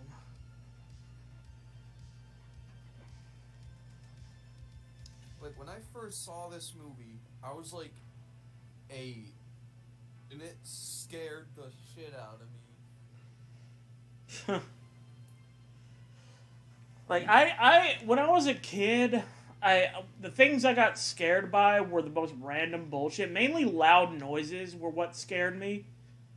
So, because like when I was in kindergarten, I would have teachers who would read these little stories, and anytime they had to shout or scream or anything, I would freak out because for some reason I was really sensitive to loud noises. the first horror movie that actually fucked me up was when I watched, like, The Ring when I was 11. And I still haven't rewatched that movie, and I really want to because I want to see how my adult self reacts to it. I'm willing to bet that I'm a lot more cynical and sort of blasé about it. Like, the movie's scary in theory, but once you get past the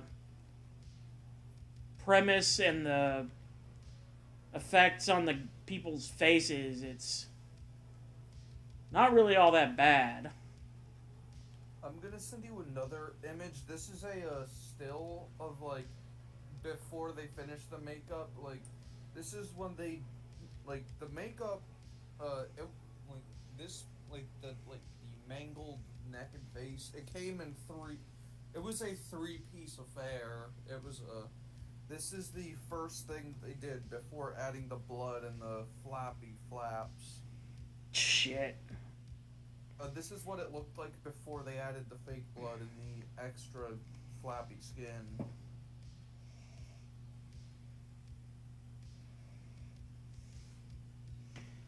What an attractive man. I should make that my dating profile picture.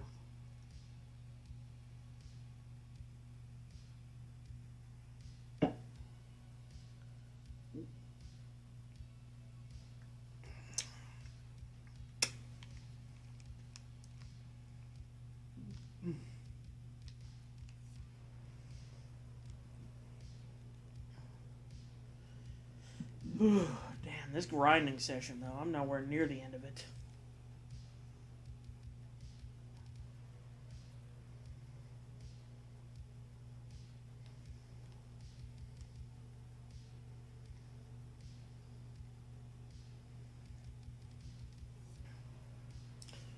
But I do love how this cyberpunk thing is still going on in the background, just chugging along in its own inimitable way.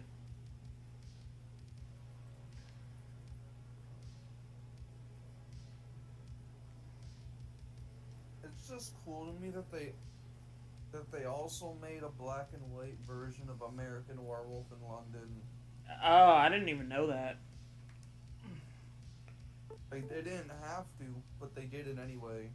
Wow. And, like, this was before filters. So, like, they actually had to manually reshoot the movie in a black and white camera. Shit. Which, that is so much effort. They don't do movies like they used to. Well, that's because people don't want to work anymore. People don't want to pour their heart and soul into nothing anymore. I'm only partly being sarcastic, but yeah.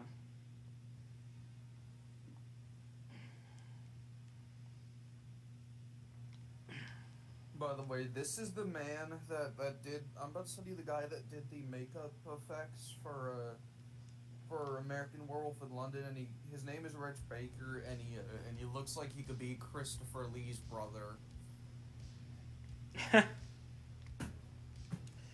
That is some nice hair, though. That is some nice silvery locks he's got. That is an attractive hairdo. And you can't tell me he doesn't kind of look like Dooku mixed with Wes Craven.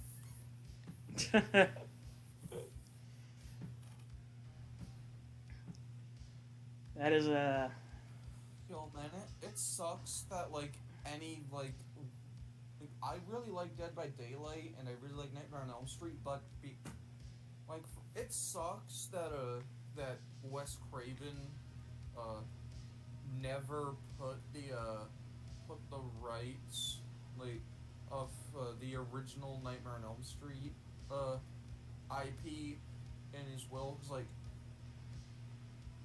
until the original 9 of Friday the 13th film run, like, or just any Friday the any Nightmare on Elm Street media that has Robert Englund cast. Until those are all public domain, like, there won't be, like, any, like, you can't have Robert Englund Freddy in, like, any video game, or like, anything, like, because, when he died, he still had the rights, so, because of how, like, that works, the rights can't really be passed on. Ah, wow. So they're kind of just in limbo? Yeah, we have to wait till they're in public domain. Actually, let me Google this. That's gonna take fucking forever, right? I mean, like, several more decades?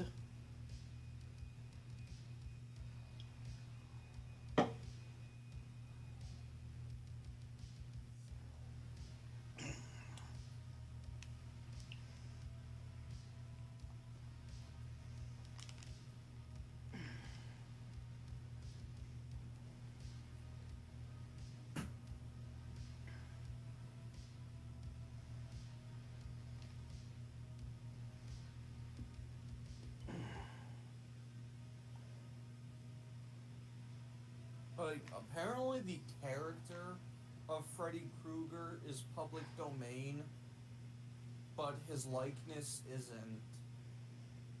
That's confusing. I guess character as in his traits, his trademark slogans? Like, any movie can, like, name drop Freddy. Like, anything can, like, name drop him, but, the only way they can actually, like, portray Freddy is if they get the licensing rights for the, shitty 2010 remake.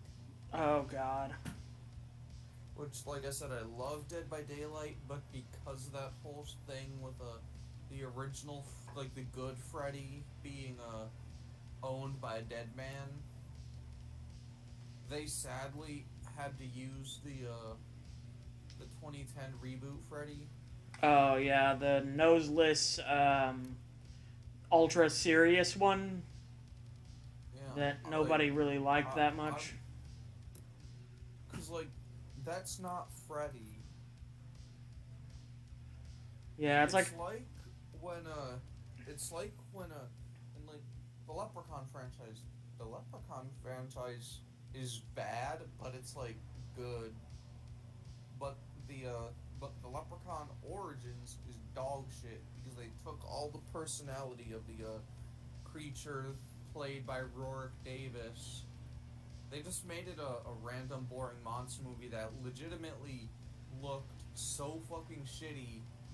There was not a single time on camera where they actually had the creature in its entirety ever in focus. That's sad. Like, I'm pretty sure the only shot we see of it in focus is, like, its mouth. That is that's a ripoff. People who bought tickets to see that movie should not have paid the money they paid to see that movie. Cause, like, you're going to see a Leprechaun movie. You want to see a Warwick Davis, little wrinkly dude, making quips. But yeah, there was another Leprechaun movie made after that, which it actually was pretty good because they actually he wasn't played by Rorick Davis, but they actually made him the same personality that the original Leprechaun had, whereas in Leprechaun Origins it's just like a growly monster that can't speak. oh, just a Leprechaun movie. Why name it Leprechaun when it could just be like any generic monster, like, ever? It's kind of like when they made Friday the 13th Part 5 and Jason turned out to be some ambulance driver who was pissed off about his son dying. Yeah.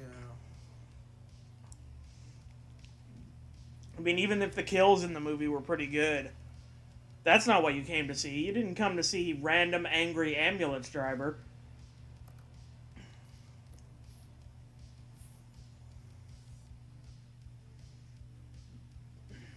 Yo, I just love owning like casuals and be like, who was the slasher in Friday the 13th? And naturally, they all immediately go, "Oh, Jason." But it's not Jason. Yeah. Yeah. And I mean, what's crazy... Jason's mom. Yeah, it's like Jason didn't even get his trademark hockey mask until part 3. In part 2, he was just some redneck in overalls running around with a potato sack on his head. Yeah, he was a rejected Klansman. Yeah. He was just... he was just some sad fucking inbred redneck with a fireplace poker and a Charlie Brown ghost mask on his face. In your opinion, which actor is like the Jason? For me, it's Kane Hodder, though I also like Ken Kersinger as Jason. Yeah, those are both good. Yeah, I'd probably go with Kane Hodder just because of his physicality. Like, he might not be the tallest Jason, but his gestures, like especially when you think of Friday the 13th Part 7, he acts through his... To date, the longest uncontrolled burn stunt in history.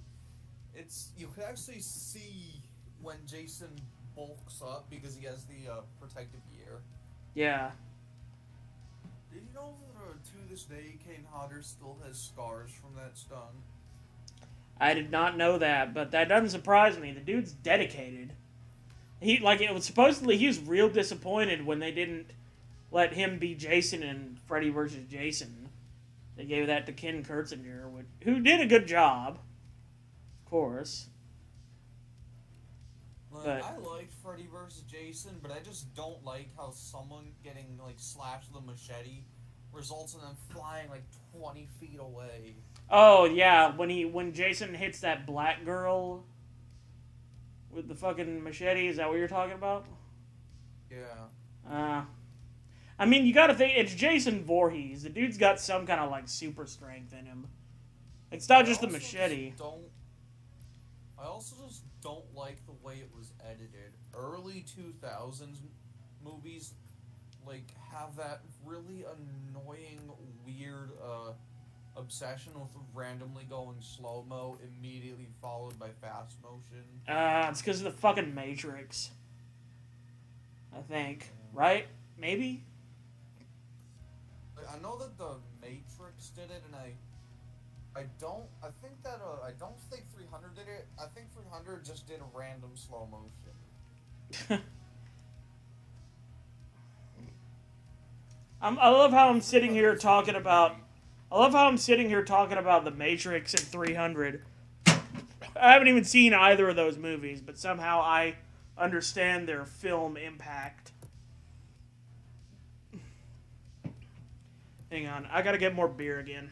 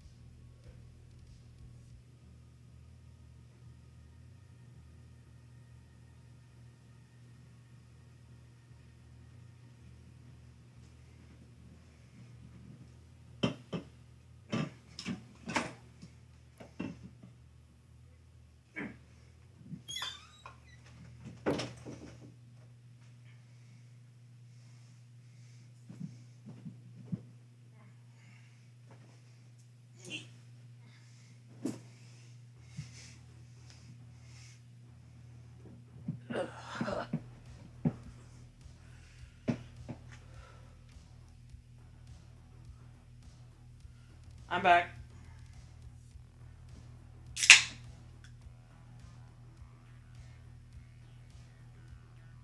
Welcome back, my son.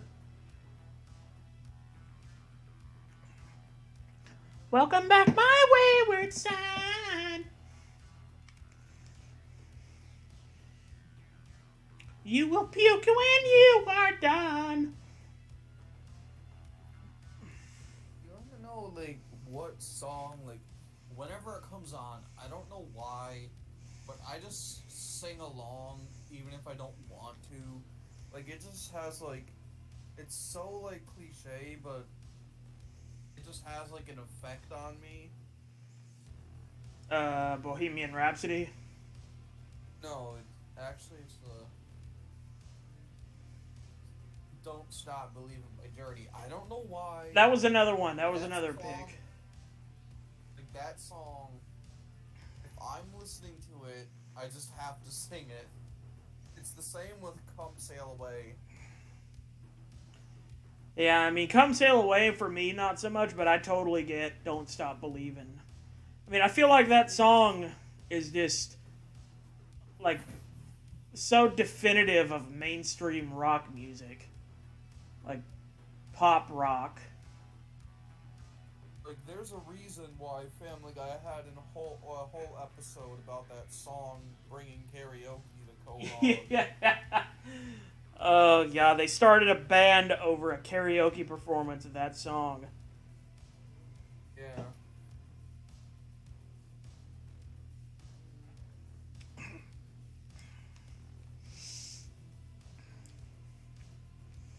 On and on and on. Giggity, giggity, giggity, giggity.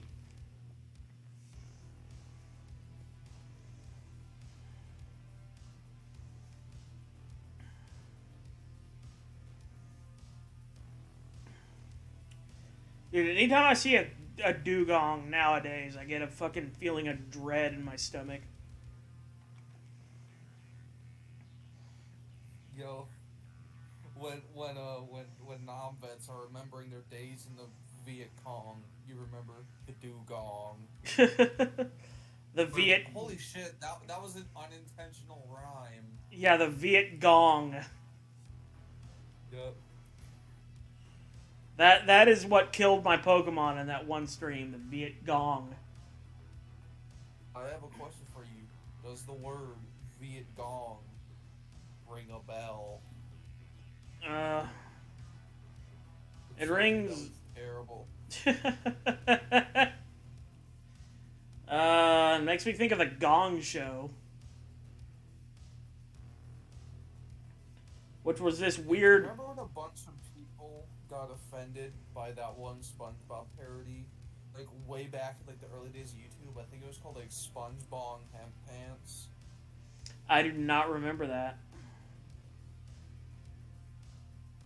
Bong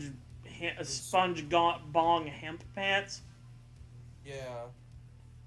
Wow. Because, like, there was, like, the comment section, like, is, to this day, it's still flooded with, god damn it, my kids, I caught my kids watching this when they were just looking up SpongeBob on YouTube. Bitch, do your job as a parent. I've heard comments like that, but instead of for that video, it was for the Spangbab video, where it's like just a bunch of fucking gross pictures of SpongeBob that people drew with like random screams and shit edited in to freak kids out. Wait a minute, did I actually reach the end of this? No, I did not. Wait, when I was like when YouTube came out, it was in 2007, so I was like 8 because I'm young as hell. Yeah. I remember there was this another like infamous SpongeBob parody called Chinese SpongeBob, and as an 8-year-old new to the internet, because like I had to have that thing where, cause, like, my family was broke, so I was a bit behind in technology, and I had that thing that goes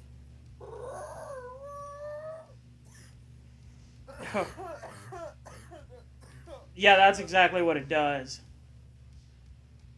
That dial, like making that dial-up noise, like. That's exactly how it is. Like, that's a pretty... Dial-up noise. Like the way I did that noise, I like forced air into my throat after closing it, and it like murdered my throat. That's kind of how you have to do it. I mean, it's noises that no human being should ever be able to reproduce. By the way, how accurate was my recreation of it? I mean, I only heard 2 seconds or so of it before you descended into a horrible coughing fit, so I don't know.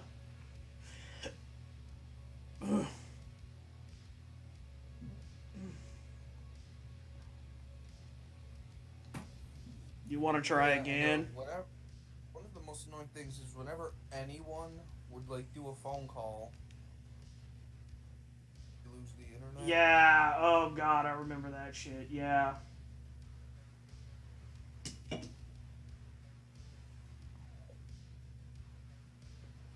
Fuck that.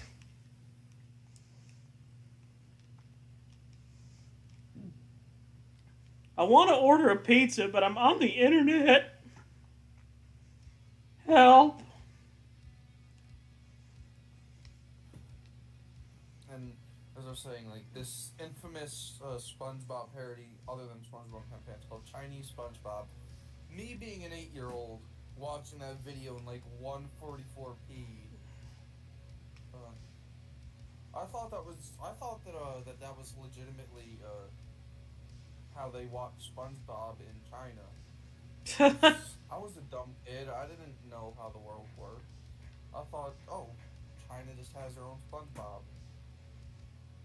If only I knew how much they hated American culture. Oh boy. Well, it's not even necessarily the Chinese that hate American culture. It's the Chinese government and like the main communist Politburo and shit. Like actual Chinese people probably consume a lot of American culture discreetly, at least. Did you hear about that colossal Twitch streamer who's like recently gotten into a lot of hot water because like he considers himself a socialist but isn't practicing what he preaches and just bought like a multi-million-dollar mansion? I did not know about that. Who is this person? His name's like Hasanabi or something like that.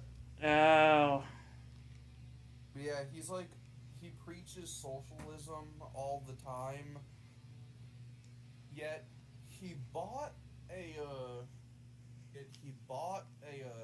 $4.5 million house and hasn't donated any equivalent amount to charity. So yeah, not really holding your socialist values, huh?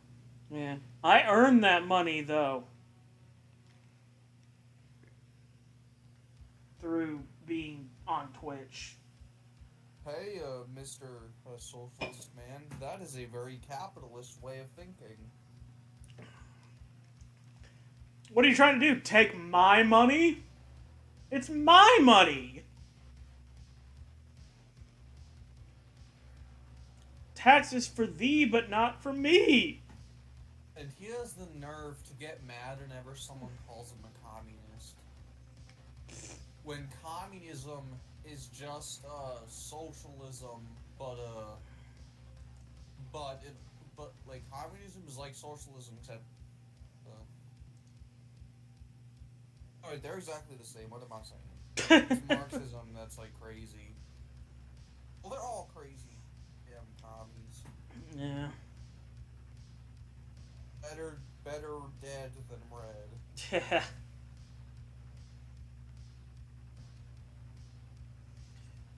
Fucking...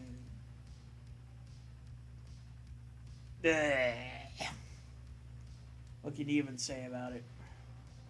Other than bleh.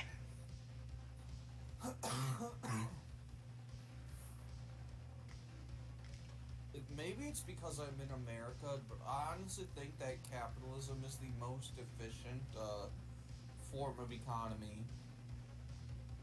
I mean, history hasn't exactly proven you wrong. Like, China might be on the rise, but we're still kind of top dog. And a lot of the reasons why And the we... reason China is really only communist in name at the end of the day. They're doing a lot of capitalist type trades. Yeah, exactly. They're communist. Like, there's a reason why the Soviet Union collapsed and China stood strong. It's because, like, the Soviets stood by their economic policies to the very end, and it killed them. And look at Venezuela. They're true communist, and look at how they're doing. Hell, look at North Korea. Who over in North Korea, except for Kim Jong-un and his closest people, are doing any good at all? Like, those people need nukes just to keep their country together. Hey, there's this YouTube channel, I can't remember what it's called, but it's run by a group of North Korean soldiers who luckily managed to like escape North Korea. And like they basically talk about all this shitty technology and how bad people are treated. Now, I'm not familiar with that, but I would like for you to throw that link into either Discord or YouTube chat. If possible. I don't remember the name of the channel, but I remember the titles of one of their videos, so I'm just gonna send it to you real quick. Okay.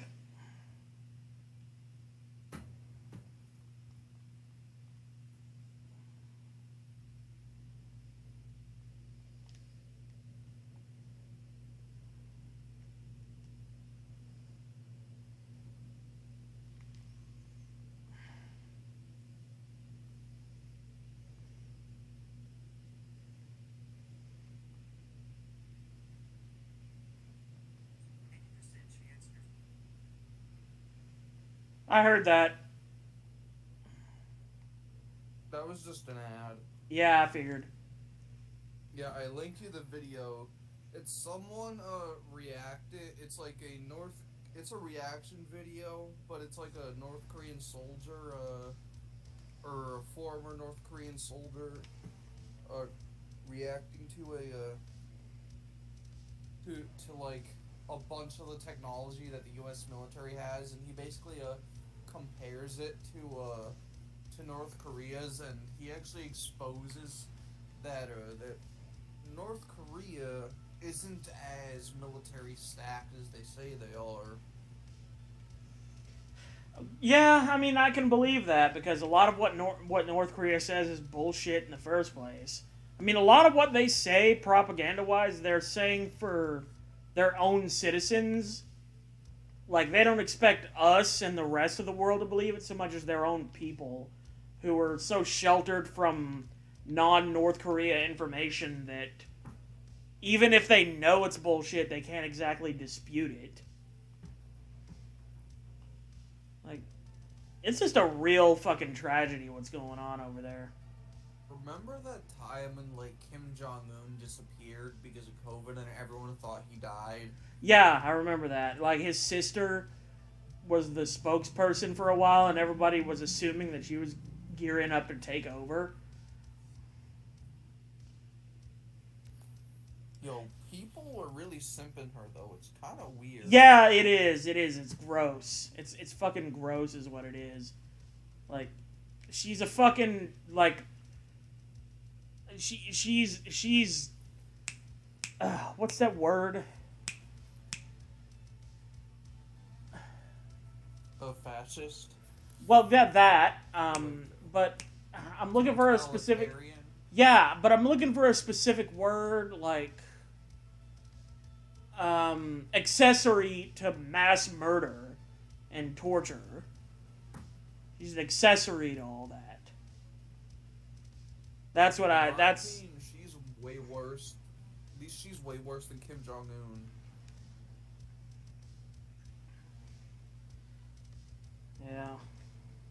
I wonder how she and Donald Trump would have got along. I'm willing to bet Trump would have tried to play happy grab ass with her, and she'd have been like all creeped out by him and shit.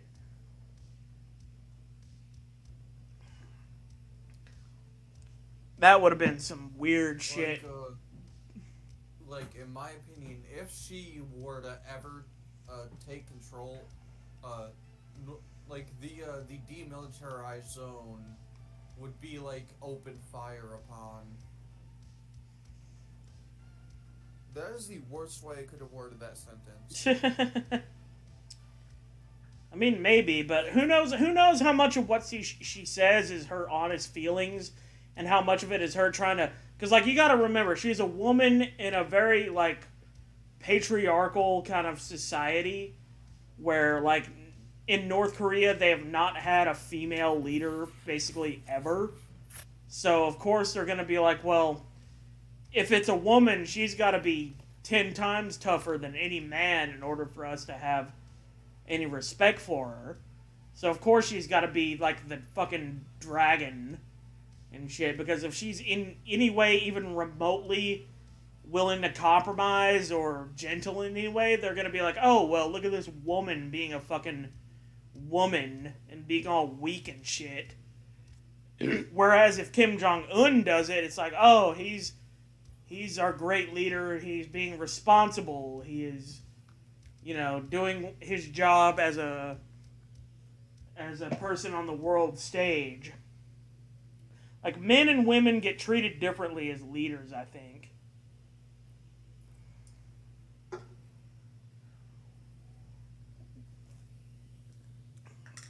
But that's just my perspective.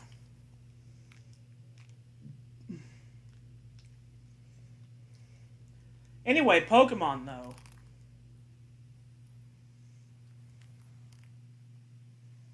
So, about when are you gonna do the how far in are you in Kanto right now? I mean, I haven't. I've gone to several of the Kanto cities. Like, I've gone to Vermilion, Celadon, Lavender, Saffron, but I haven't battled any gym leaders yet, which I'm really wanting to do. But ever since I got to Kanto, I've been fucking up a lot. How strong? Hey man, Mixie's back. I got a name I'm happy with and will probably be keeping. What's up? How's it going? Good to see you.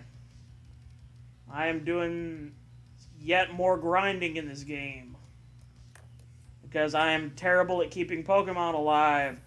Yay! Woo! My stomach hurts a little. I might throw up.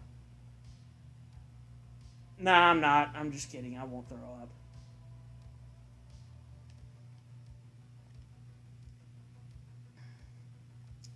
Grinding. Yes. Grinding indeed, because he got molested in Kanto. I still gotta. I should still have a usable Discord link in the description of the YouTube stream. But then again, I could just be completely fucking off base. That hurt. Remember back in the olden days of YouTube when you couldn't block people from commenting and you couldn't delete comments? I do not remember that. I might not have been a comment. Like, there was a time when like flame wars used to be crazy because like no one could do anything about it. Like back in the day, the only people that could delete a comment were the people that posted the comment. Holy shit. That is maybe just a little bit too liberal. Though all comments they ever posted would be deleted if they got banned. Which, this was before they merged with Google+.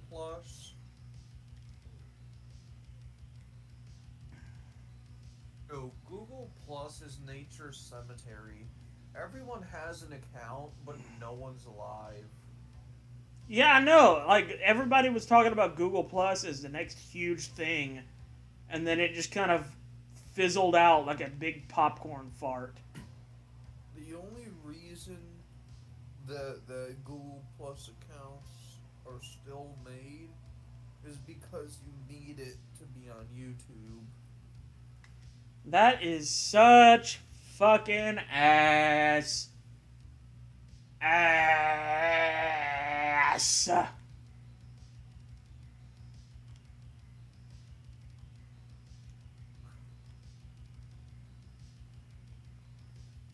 That's 2 drinks. Holy shit. Go ahead. My voice being put in the stream. It should If be. not, like, it would. Hey. If not, it'll be so funny that you're just talking. It'll just sound like you're talking to yourself. It should be. It should be there. Like, Mixie, tell me if you're hearing Magetsu's voice. Magetsu, say things. Earlier, we had 2 trolls name themselves Eric Harris and Dylan Klebold. They both said one message and dipped because they probably expected us to be like, "Oh no, it's the Columbine shooters. I'm offended." And instead I was like, hey, I got 2 of them for the price of 1, bitches.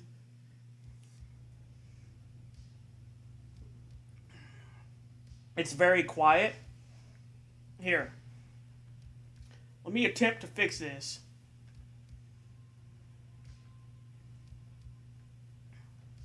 There. Bagetsu, say things now. Things now. Things now!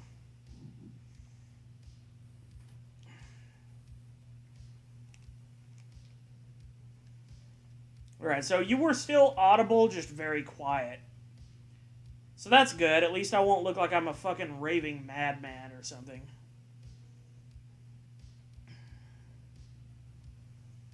And even if I do look like that... was an acidic hiccup, and that sucked. Huh? You could just blame it on the fact it's a Drunklocke. True. True, though. I mean, hey, what do you expect me to be competent at audio leveling at this point in my life?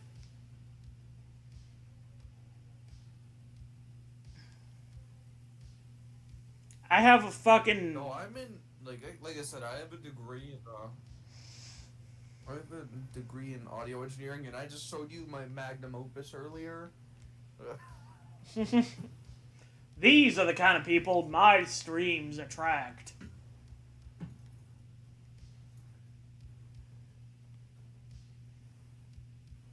We Flash people. By the way, oh man, I don't know if I told you this yet, but I actually dedicated another flash drive into not a flash drive, an actual hard drive specifically to Flashpoint. I did not know that. Like I didn't want to do the one where it's like a small file and you download as you go. I just decided to get the full packet, the one that has like everything, and I just put it on its own hard drive. That is wild. An external hard drive, not an internal, because that would be pretty stupid. Yeah, that would not be very efficient space-wise. Yo, Flashpoint is Flashpoint is one of my favorite things ever. Yeah, Patrick and I are thinking about doing some, 6-pack style streams where we play, a random grab bag of, Flash games during live streams. Familiar with the channel Mudry Bread? He does a lot of Pokemon challenges. Yeah, I know about him. My favorite series by him is a series called Flash Trash, where he plays a bunch of where he and his friend Brandon play a bunch of shitty, really, really shitty Flash horror games. Oh, I gotta look at that. Is that one of those series where I can he's link not... you the playlist right now. He's not deliberately self-censoring in that one? Oh no, this was back when, like, he didn't give a hell what he said. Oh, yeah. It's like, this is one of his older series.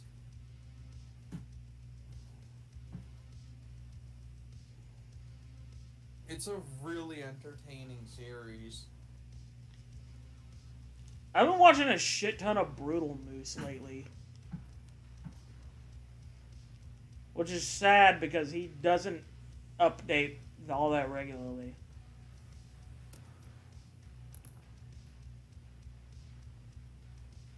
Well, you know something crazy? I've been a fan of his. Like, I've been watching his content for literally... Fuck, it's like 11 years now. Whose? Holy shit. My dry bread. Oh, wow. He's been content creating that long, huh? Yeah.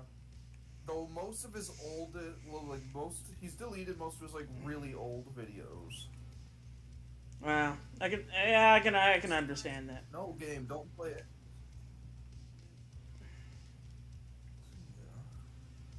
Yeah, joined April 2007. Damn. He's been in since almost the very beginning of YouTube.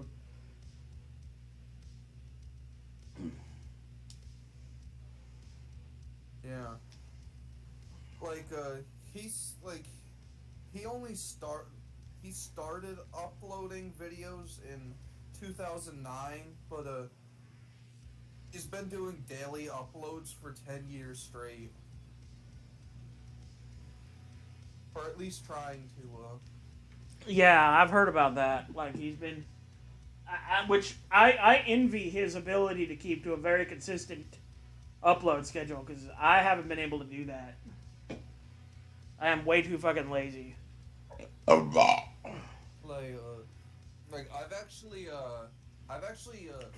donated to him, like, out of every, content creator that I've ever donated to, he's probably the one I've donated to the most over the years, like, because there was a point in time where, like, he was borderline on, he was almost about to be homeless, and, like, I actually donated, like, $300 to him, because, like, I like his content, and, like, he's a cool dude, so, like, I didn't want him to, Well, I hey. didn't want someone who puts light in my day to, be homeless, you know? Right, yeah. I mean, hey, it helped him, I guess. You know, nowadays he's raking it in pretty well, as far as I'm aware. Yeah. Like, I've been thinking about doing... When I subscribed to him, I think he had, like, 150 something subs. Now he's almost at 400K. It's a crazy ride, man. Damn. I mean, good for him. You know, he seems like a chill dude, and he's like trying to help his like sick mom and everything. Apparently, lately. Yeah. So I wish him all the best. I haven't watched a lot of his Pokemon challenges lately because honestly, I'm more of a J-Rose guy myself because, like, I like my dry breads, Pokemon challenges and everything, but I feel like J-Rose, it's like he tells more of a story with it, whereas my dry breads, it's like more of a recap. But my dry bread and, you know, everything, he seems like a really nice guy. So, I'll still check his stuff out every now and then.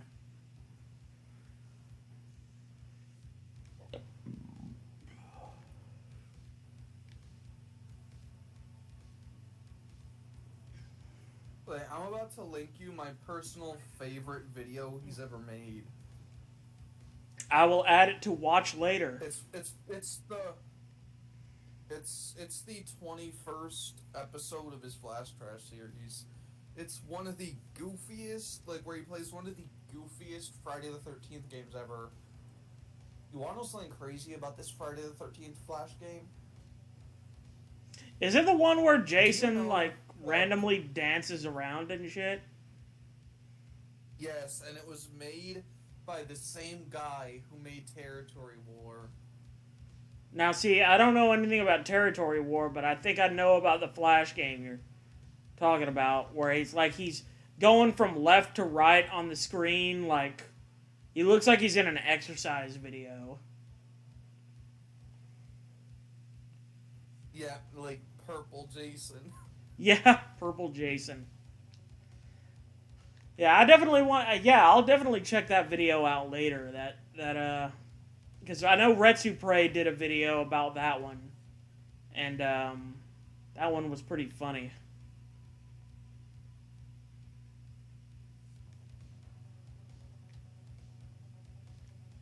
So, have you ever played Conker's Bad Fur Day? If not, you need to. I want to. I saw a physical copy of it on sale at my local game exchange for $80, and I was like, dude, I cannot afford that shit. But I'm totally down to play it as, like, a fucking emulated game.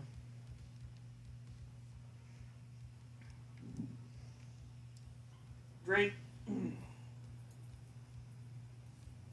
Like, though, because it is a game that utilizes the Rumble Pack, a lot of Rumble Pack ROMs are pretty buggy. That's a shame. So, you should just play it for the fact that, that one of the late game bosses is a literal pile of shit that sings at you. I am the great mighty Pooh. That guy? And I'm going to throw my shit at you. There was an Xbox 360 version, but they censored out all the cuss words. And it was boring. Why? What the fuck is the point? Don't even make the version if you're gonna censor out the fucking... Why?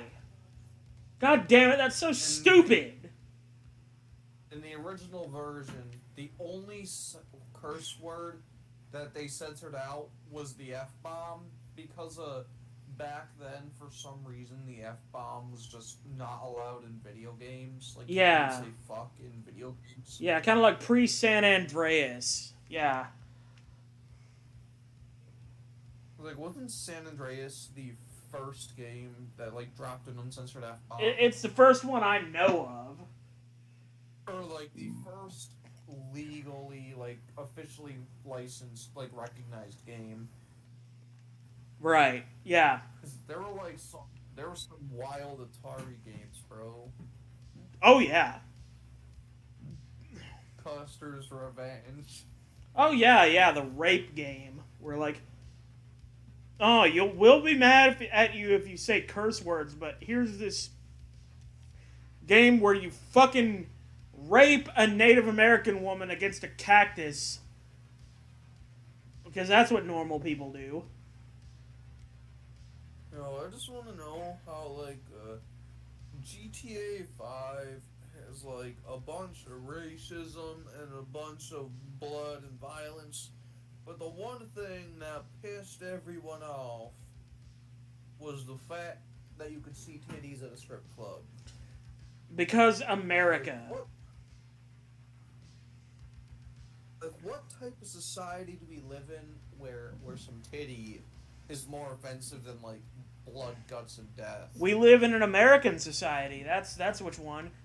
Like, it's easy for, like, hardcore religious people to target sexuality because there's not all that much sexuality in the Bible, even though there is.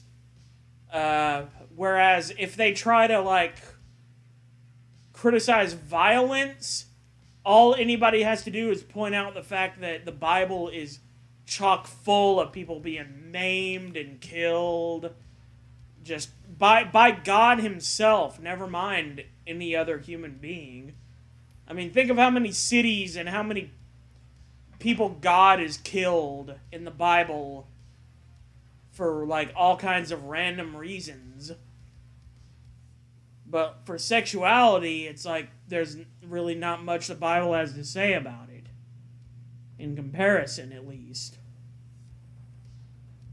I'm pretty sure the only actual mentions of anything remotely sexual related in the Bible are the part where it's like thou shalt not commit adultery, and then there's this one very random part in the Bible where they mention a naked guy running through the street. Like, I mean, nothing to do with anything else in the Bible, just a naked guy. I mean, there's Song of Solomon, which is very sexually charged. But people don't really talk about Song of Solomon that much.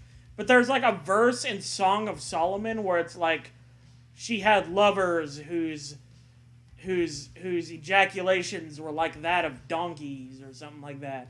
Like, I'm not even kidding. Just real off the wall shit like that. In the Bible.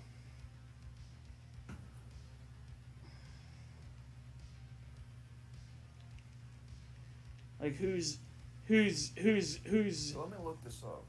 yeah. There she lusted after her lovers, whose genitals were like those of donkeys, and whose emission was like that of horses. What the fuck? Yeah, that is right in the mainstream Bible. Not even one of the, like, rejected books. Let's see. The original King James version. For she doted upon their paramours, whose flesh is as the flesh of asses, and whose issue is like the issue of horses. Holy shit, man. God damn. So they call nutting an issue?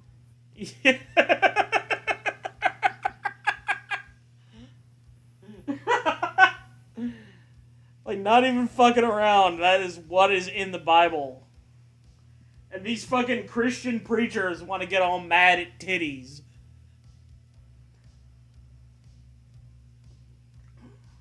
Oh, Christian Standard Bible. And lusted after their lovers, whose sexual members were like those of donkeys, and whose emission was like that of stallions. Dude, that's grosser than most mainstream pornos. Like, even atheists are reading that shit going, ew, what the fuck? What the fuck is this one? Contemporary English version. She eagerly wanted to go to bed with Egyptian men who were famous for their sexual powers.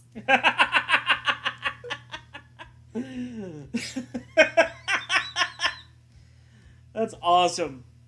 I love that that's in the Bible. And these preachers just kind of Good like... news translation. No, some of these translations are hilarious. Good news translation. She was filled with lust for oversexed men who had all the lustfulness of donkeys and stallions.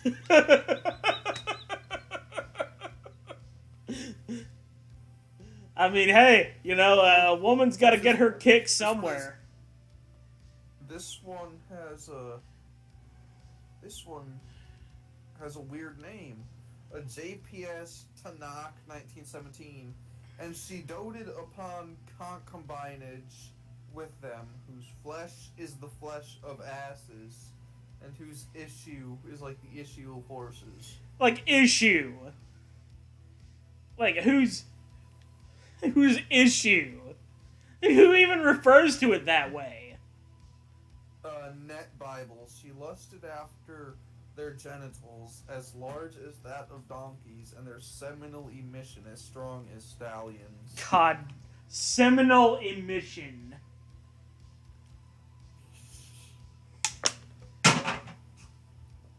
What do you even say to that? Like, these are the people who are getting offended at GTA 5 for having nipples in the game, and they're over here reading a book that fucking promotes horse fucking in a metaphorical sense.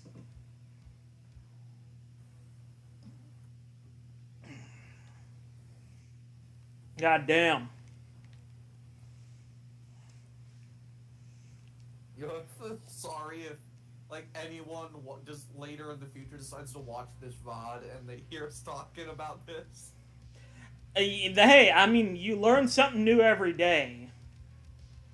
Bruh, imagine like what's your favorite translation?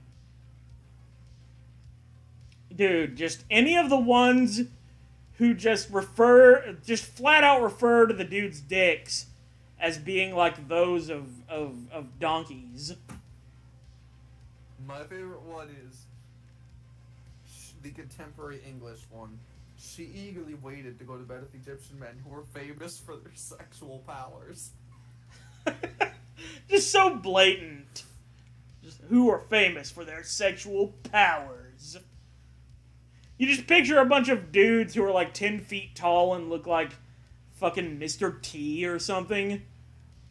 Just standing there with their... And they have dicks that hang down to their knees. Yeah, exactly. And you're reading this fucking verse and you're wondering, how do these Christian preachers get away with talking shit on sexuality of any sort anywhere? And this is in their holy book. Like their holy book. And it's like this. Excuse me. Do you want to know what that sexual powers reminds me of for something? Austin Powers. Noah. Noah. Oh man, my didn't Noah getting... Reminds me of that one David Bowie song. What could I do? My baby's love had gone and left my baby blue. Nobody knew what kind of magic spell to use.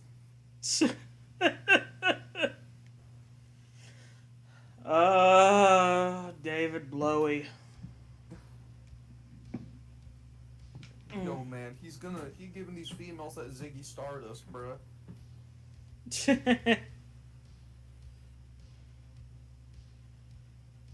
Ziggy played guitar.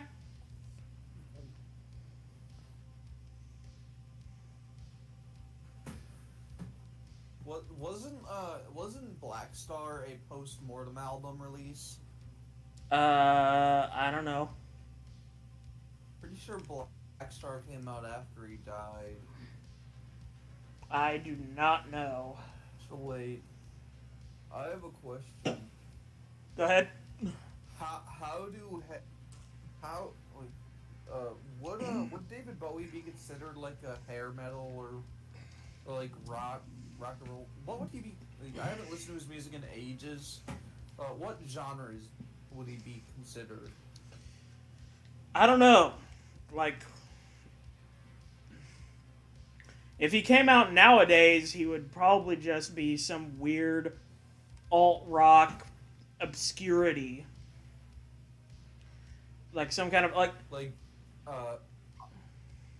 think back then he was considered like glam rock. Yeah, he was. Like, this is before even glam metal Okay. existed. So I got a joke. How do depressed glam rock fans commit suicide? They tie an aquanet around their neck and hang themselves. No, they slit their wrist with a Bowie knife. Oh. Get it, Bowie knife? Yeah. That's not funny. I mean, the thing about glam metal is that they're more likely to poison themselves because they listen to Poison. Even though their sadness does not warrant such a strong reaction, because they also listen to Warrant. Do you remember when like that black metal band Mayhem, like, I think the lead guitarist got in trouble for taking pictures of the lead singer who committed suicide, and then then when like the lead drummer confronted him, he attacked him, and the lead drummer ended up killing him in self-defense, and for some reason got a murder charge. I know that like there was some black metal band with a really fucked up kind of history. That sounds like it was probably them.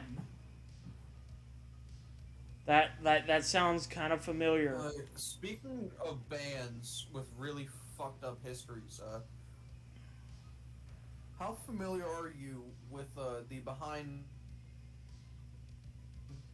the scenes I am actions very of Sex familiar with the Pistols? behind. I'm extremely familiar with the behind. It's so bad what was going on. Like, there was some crazy, like, abuse going on behind the scenes with, like, the Sex Pistols. Oh. Though with the name like Sex Pistols, I'm not surprised. I mean, I didn't know about that. I mean, I knew that the Sex Pistols had a real problem when Sid Vicious joined the group. Because of Sid Vicious, Yeah, Sid you know. Vicious.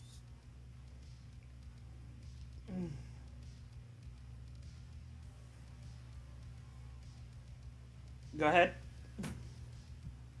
Wait, actually, let me just Google this to make sure I know what I'm talking about. Alright, while you do that, I gotta get up and have a piss. So I'll be back in a bit.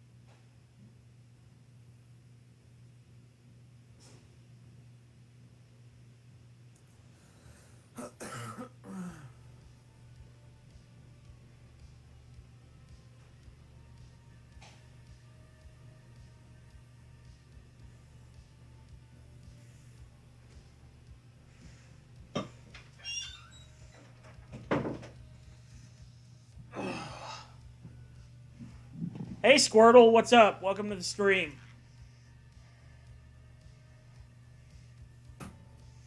You're one of the greatest starter Pokemon who has ever lived.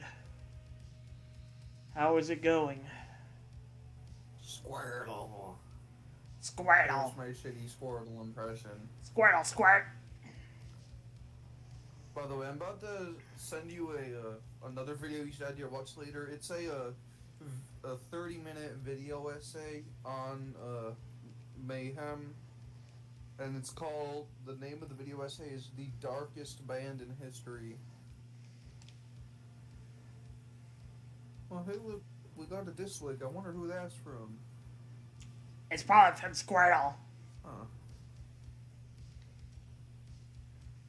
I don't care. Fuck them. If they need immediate gratification, they're assholes anyway. And they would have found some other reason to dislike the video. Squirtle. Squirtle. Yo, dog, what do you think of Weedle? What do I think of Weedle? I have a Weedle in the box. And it's hot boxing that box as we speak. Because Weedle make you high. Oh, yeah! The funny thing is, I don't even know if Squirtle's still here. It says, well, I'm watching now, so that means I'm probably alone. That's probably what it means. That Squirtle probably already left to go to some stream with more immediate gratification.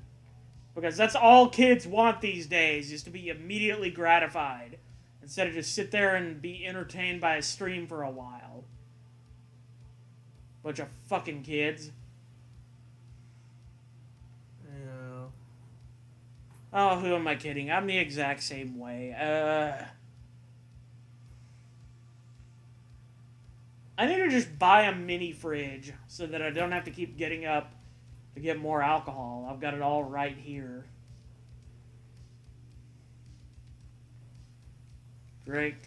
You know, man, someday I hope that we get like 5 randoms joining in the stream and we can just troll the hell out of them. Hopefully, one of these days. And hopefully they won't be trolls themselves, because trying to troll a troll just isn't as fun. Exactly. Chris Chan should have just become the troll. But Well- he just fucked his mom. Yeah, he was too busy fucking his mom. Or her mom, or their mom, or whatever fucking identification they have. You know, there was a point in time when I felt bad for Chris Chan. But it died around the time he started getting super delusional. Like, around the time he started to believe in the merge is when I stopped feeling bad. Yeah, because it's like, can you at that point, can you even trust a person's, like, gender identification when they also believe in some ridiculous bullshit like that? And he literally just got it from an episode of Rick and Morty. Like, at what point do you just But stop that's giving how a he person came up. the benefit of the doubt?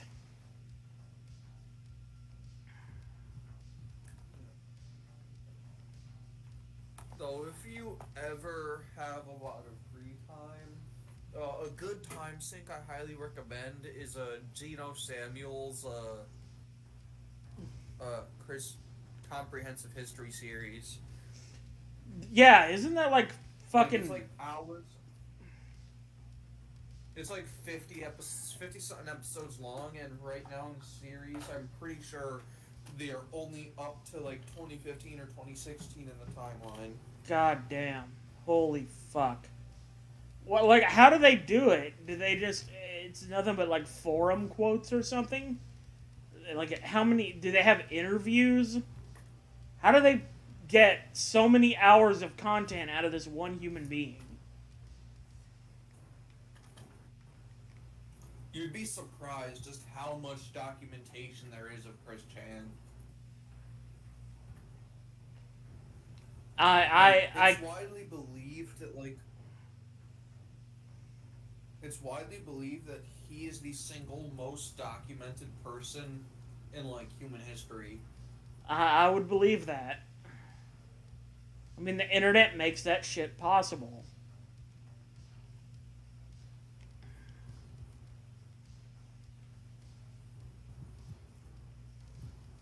Which is why people like Chris Chan should not be allowed on the fucking internet. They're just doing themselves a disservice.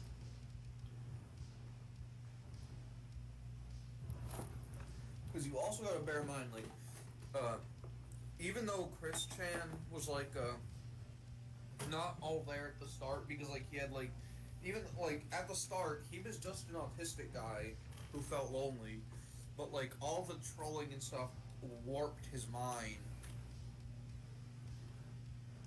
Right. And I mean, people should not be allowed to pretend like they brought that shit all on themselves. Like, no, motherfucker.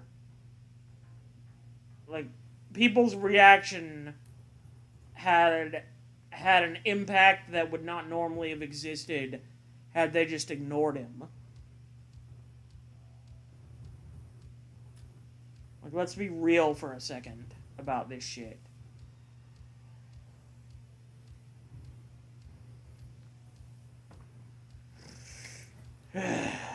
you ever see the clip where one of his quote unquote sweethearts told him that like their favorite anime was Dragon Ball Z and their favorite character was Mr. Popo, and they had him make a video cosplaying as Mr. Popo and singing a song. Oh God. From Disney's Song of the South. Oh God. How stupid is He this? was in blackface. He was in blackface, singing and dancing about how much he loved his master. God damn it.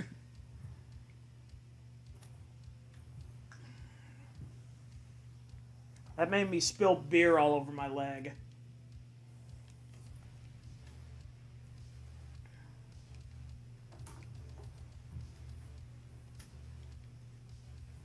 Yo, Song of the South it's in a similar vein to like The Birth of a Nation. Oh yeah. Where it tries to say like, oh, racism is good. Exactly. We're like, oh, I remember back when I was a slave, things were better then. Just trust me, a black cartoon character. Walt Disney would never lie to you. Like the sad thing about Song of the South is like it was a live action film, and like even though it was like it was one of the first films to like have an almost entirely black cast, and they only did it to get black representation in media. Even though it was completely contradictory, even though the film went against everything they wanted, like they were just so desperate to have representation in the media that they did it. The sadness. They played in the movies. And then people wonder why. In my opinion, that shit is even worse than like menstrual acts. I thought you said menstrual at first, like menstrual blood. Like women just bleeding all over the stage while dancing. And then I realized you meant minstrel. Like M-I-N. That's what I said, right? Yeah. I slurred a bit. Yeah.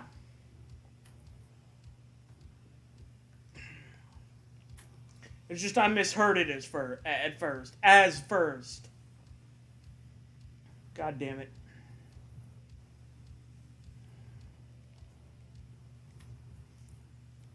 Yo, dog, I'm eating some Nutter Butters, and these are actually pretty good. You butternut, eat all them Nutter Butters. That's not good for your health.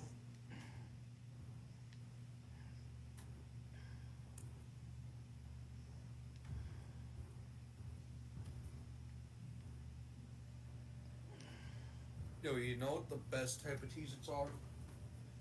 The kind that The have... ones where it's just a full box of the... It's like, you know how like the burnt ones are always the best, Cheez-Its? Yeah. They have like a product that's just a full box of burnt Cheez-Its, and it's amazing. Is it called Cheez-It Burnt? No, it's called Extra Toasty. I'll be back. I'm gonna go grab some. Oh, okay. See you in a bit.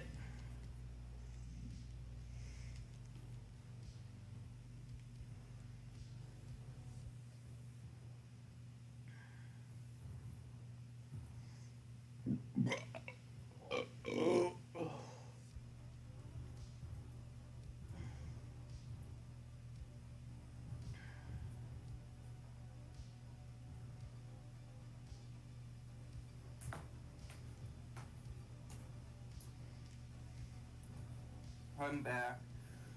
I have returned. Yo, like I recently started buying I'm really mad that my alcohol tolerance is so high. So like, in order to actually like get drunk off beer, I got like these super big beer cans that are like the size of Arizona cans. Yeah. And I need to drink like 2 or 3 of them.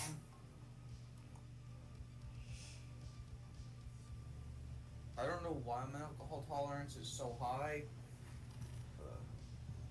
Well, I mean, hey, chemistry is a not exact science sometimes. You good there? Yeah, just the beer went down the wrong pipe. Ow. Do you ever that happen where like you drink something and it goes down like your windpipe? Yeah, I know exactly what you're talking about.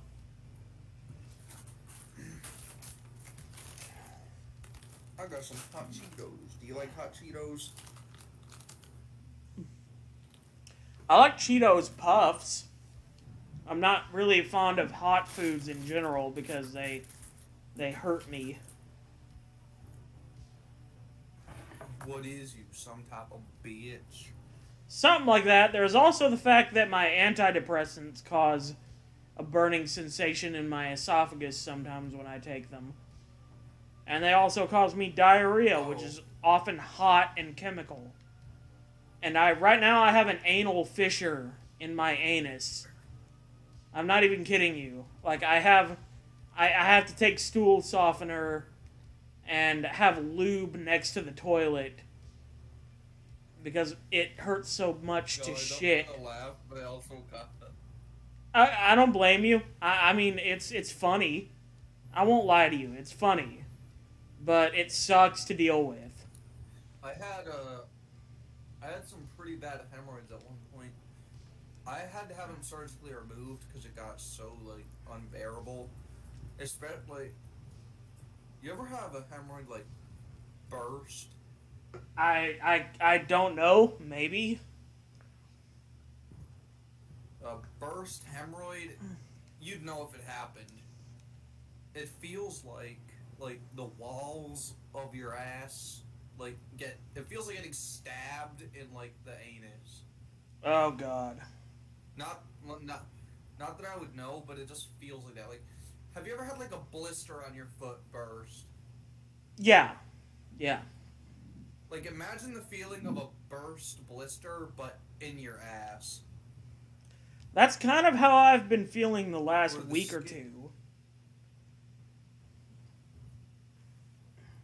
Though, it's a bit worse than a burst blister on the foot, because, like, unlike the bottoms of your feet, which are hardened and calloused by just existing, the skin in your ass isn't quite so weathered. Of course, it's very It's sensitive. A lot more, yeah.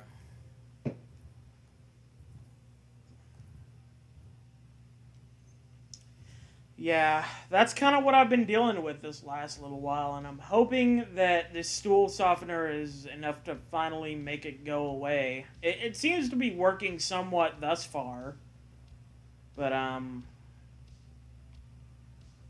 I don't know. I do not know.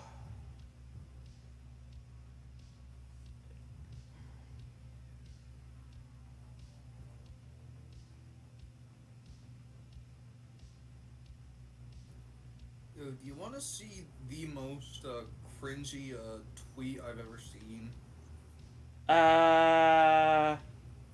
Maybe. Like, look at your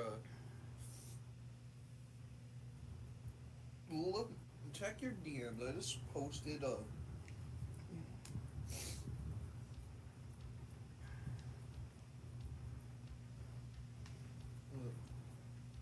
that's like when I saw that, like that tweet went like trending, and it made me physically cringe when I saw it. I gotta have a look.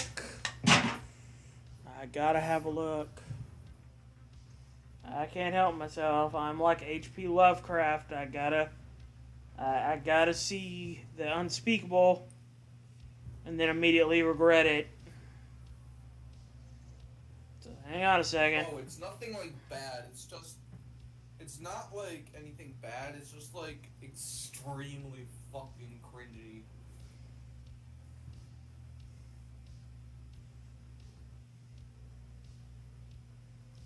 Oh, God. Why would you ever do this? What the fuck is the point? Like, hey, you want to hand anything to me for the rest of your life and feel dirty about doing it? Yeah. What the fuck? And he has like the most punchable face I've ever seen. Oh yeah, I want to beat the shit out of his face just by looking at it. Like, you can just tell that he thinks. You can just tell that he thought this was so funny. What the fuck? Like, enjoy getting the job. Like, nowadays, most tattoos, it's not like it used to be, like, you can get a job with tattoos anymore, but I'm pretty sure that type of tattoo is something that people just judge you for. Yeah. Oh, well, this person's clearly an idiot. We should not hire them to stock the shelves at our Walmart. Congratulations, asshole. And even then, because it's like, even though you know it's just a tattoo, for all they know, he's just some slob. Yeah, for all they know, you just walk around with Cheeto dust on your hands without like washing it. That is nasty.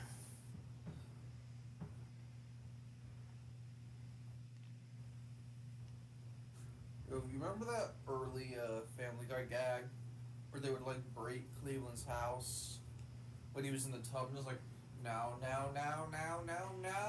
Yeah. I mean, I didn't watch the episodes live that had that in them, but I saw a compilation on YouTube.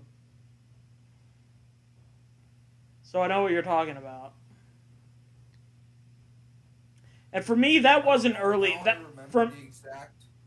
For me, that was not early Family Guy. That was late Family Guy. That was like, for me, early Family Guy was the stuff before they were uncanceled by Fox.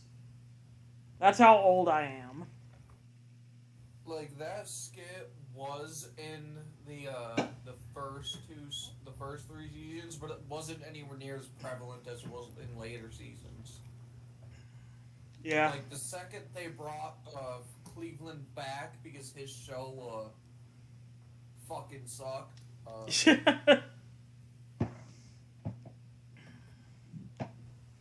It's like, let's take it's just weird to me how Seth MacFarlane is supposedly such a leftist, but he made a whole show where 90% of the humor was just fat shaming. Well, that's because most leftists, especially in Hollywood, are hypocrites. They're only leftist as far as it's convenient for them to be in terms of, like, popular leftism. Like, there's a difference between actually conforming yourself to those ideals and just paying lip service to them. You know something that, like, really pisses me off? Like, I hate when, like, someone who's, like, extremely, like, leftist, critiques anime. It's, like, it's one thing to critique American media, but it's, like, don't try and push your views on another culture. That's just not cool.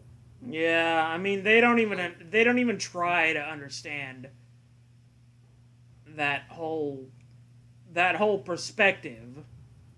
Like, there's a whole historical fucking perspective behind all of that.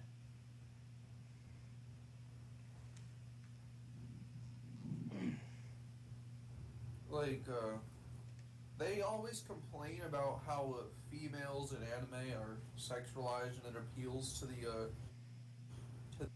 the male audience, but they don't understand is and the difference between Japanese culture and American culture is Japan doesn't see sexual content as taboo as we do in America. They're a lot less prudish.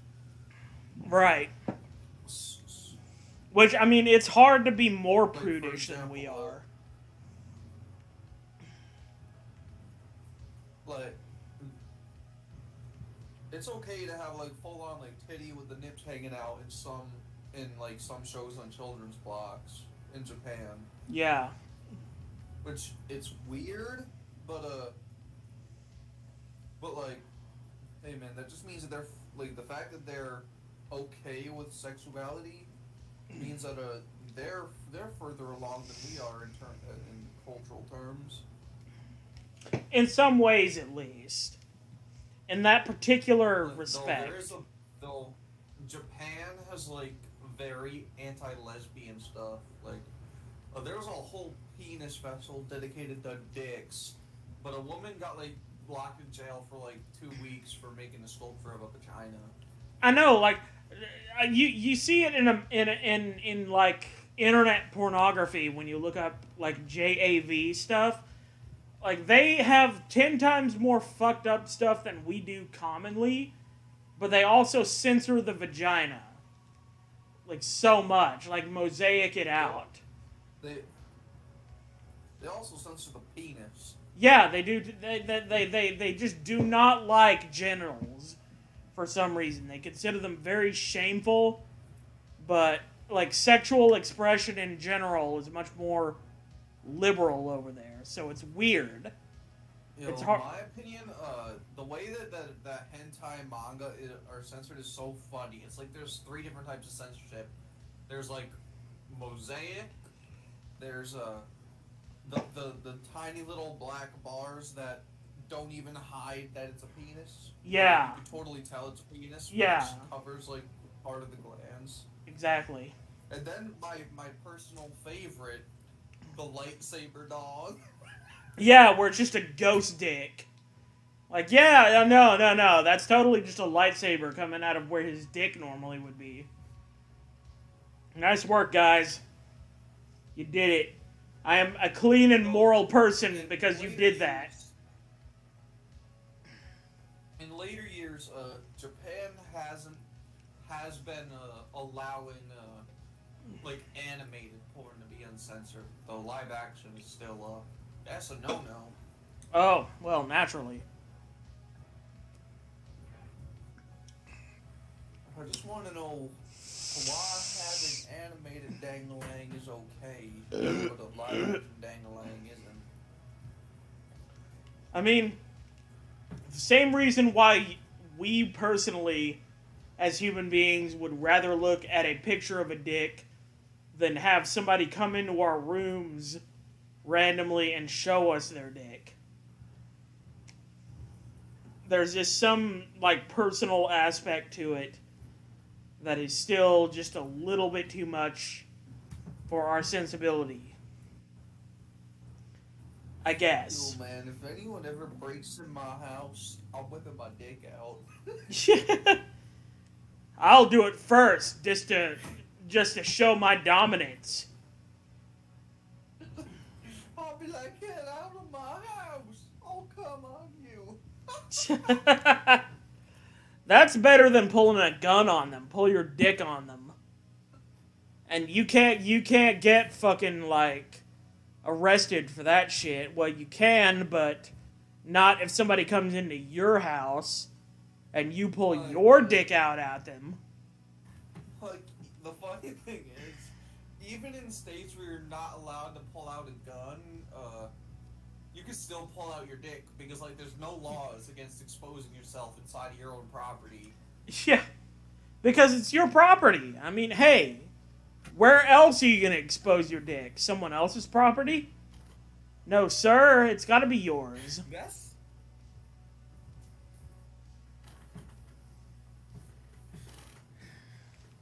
Yo, but what if a gay dude breaks in your house? That strategy just doesn't work.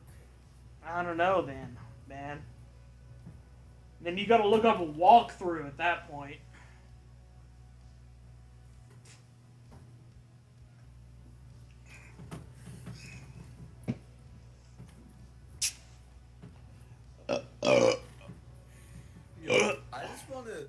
know like how like a robber, like a home invader would actually respond if like someone runs downstairs like their dick out and they're beating it. I mean, if I were a robber, I would probably be like, okay, I gotta cut my losses here. This is more trouble than it's worth. I just gotta get the fuck out of here before Like, these if I people broke know into who my I am. house- If I broke into my house and someone did that, I would just be there like stunned because like my brain would need to like take time to process what the fuck is going on. Right.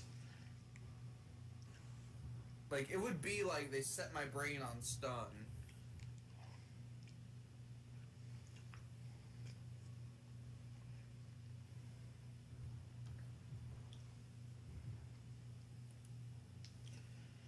Alright.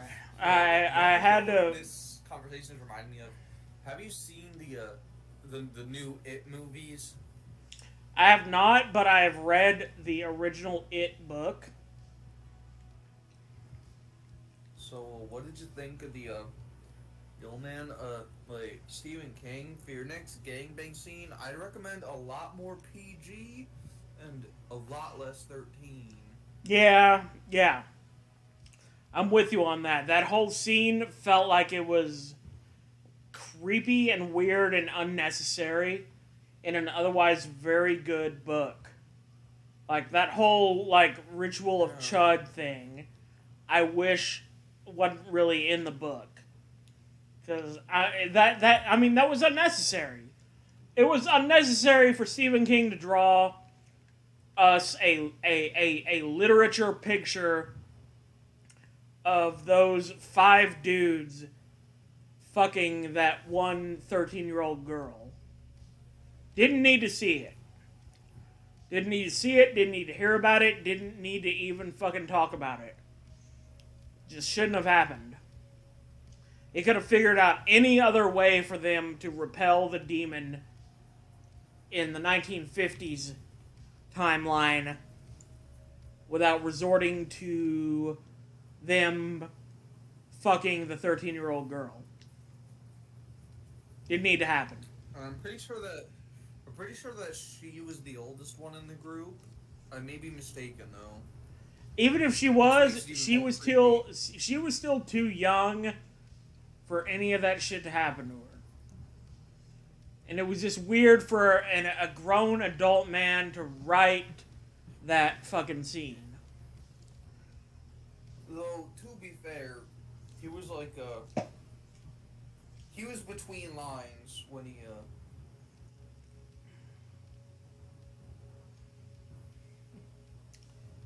So what you're saying is he's like blurred lines, like Robin Thicke. No, what I mean is like he was between some lines of cocaine when he wrote that book.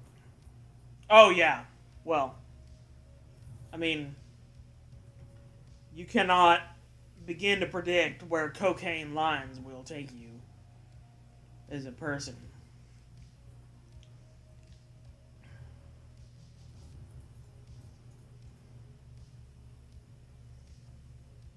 So I also want to know why, of all things to reference in a child gangbang scene, why, like of all things you can name it, why name it after that like really really bad horror movie from like when did Chud come out? I don't know. I just like the fact that you refer to it as the underage gangbang scene. Like that's what it is, but good God. Okay, wait. Chud came out in 1984. Wait, when was it written? 1970 something, I think. 1985. So it came out a year after Chud. By the way, if you don't know what the movie Chud is, it stands for like a. What the fuck does it stand for again? I can't remember. Chud stands for Chud. Christ. Cannibalistic. Chud. Cannibalistic humanoid underground dwellers. And the and like the book cover looks like some zombies coming out of a sewer manhole. Yikes. So yeah, that scene is referencing a no, wait, that's not a book cover, that's a movie poster. I'm retarded. Of all things to reference in your, so I'll bet that Jared Fogle read it just for that scene.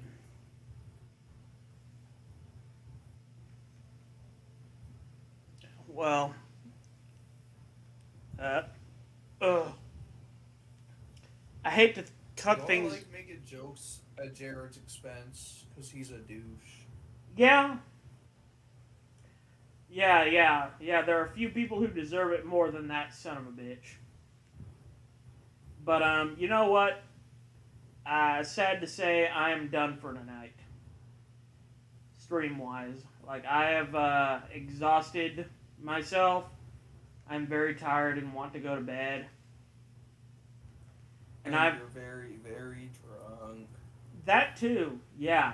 That, I mean, there's kind of a Venn diagram of drunk and tired, and I am well within the middle of that crossover. So I'm gonna go to bed. I have done lots of grinding, and I am hoping next time I jump into the game, I will finally be able to finish grinding and get back into the main game. But in the meantime, I will bid you all adieu, and Alright. yeah.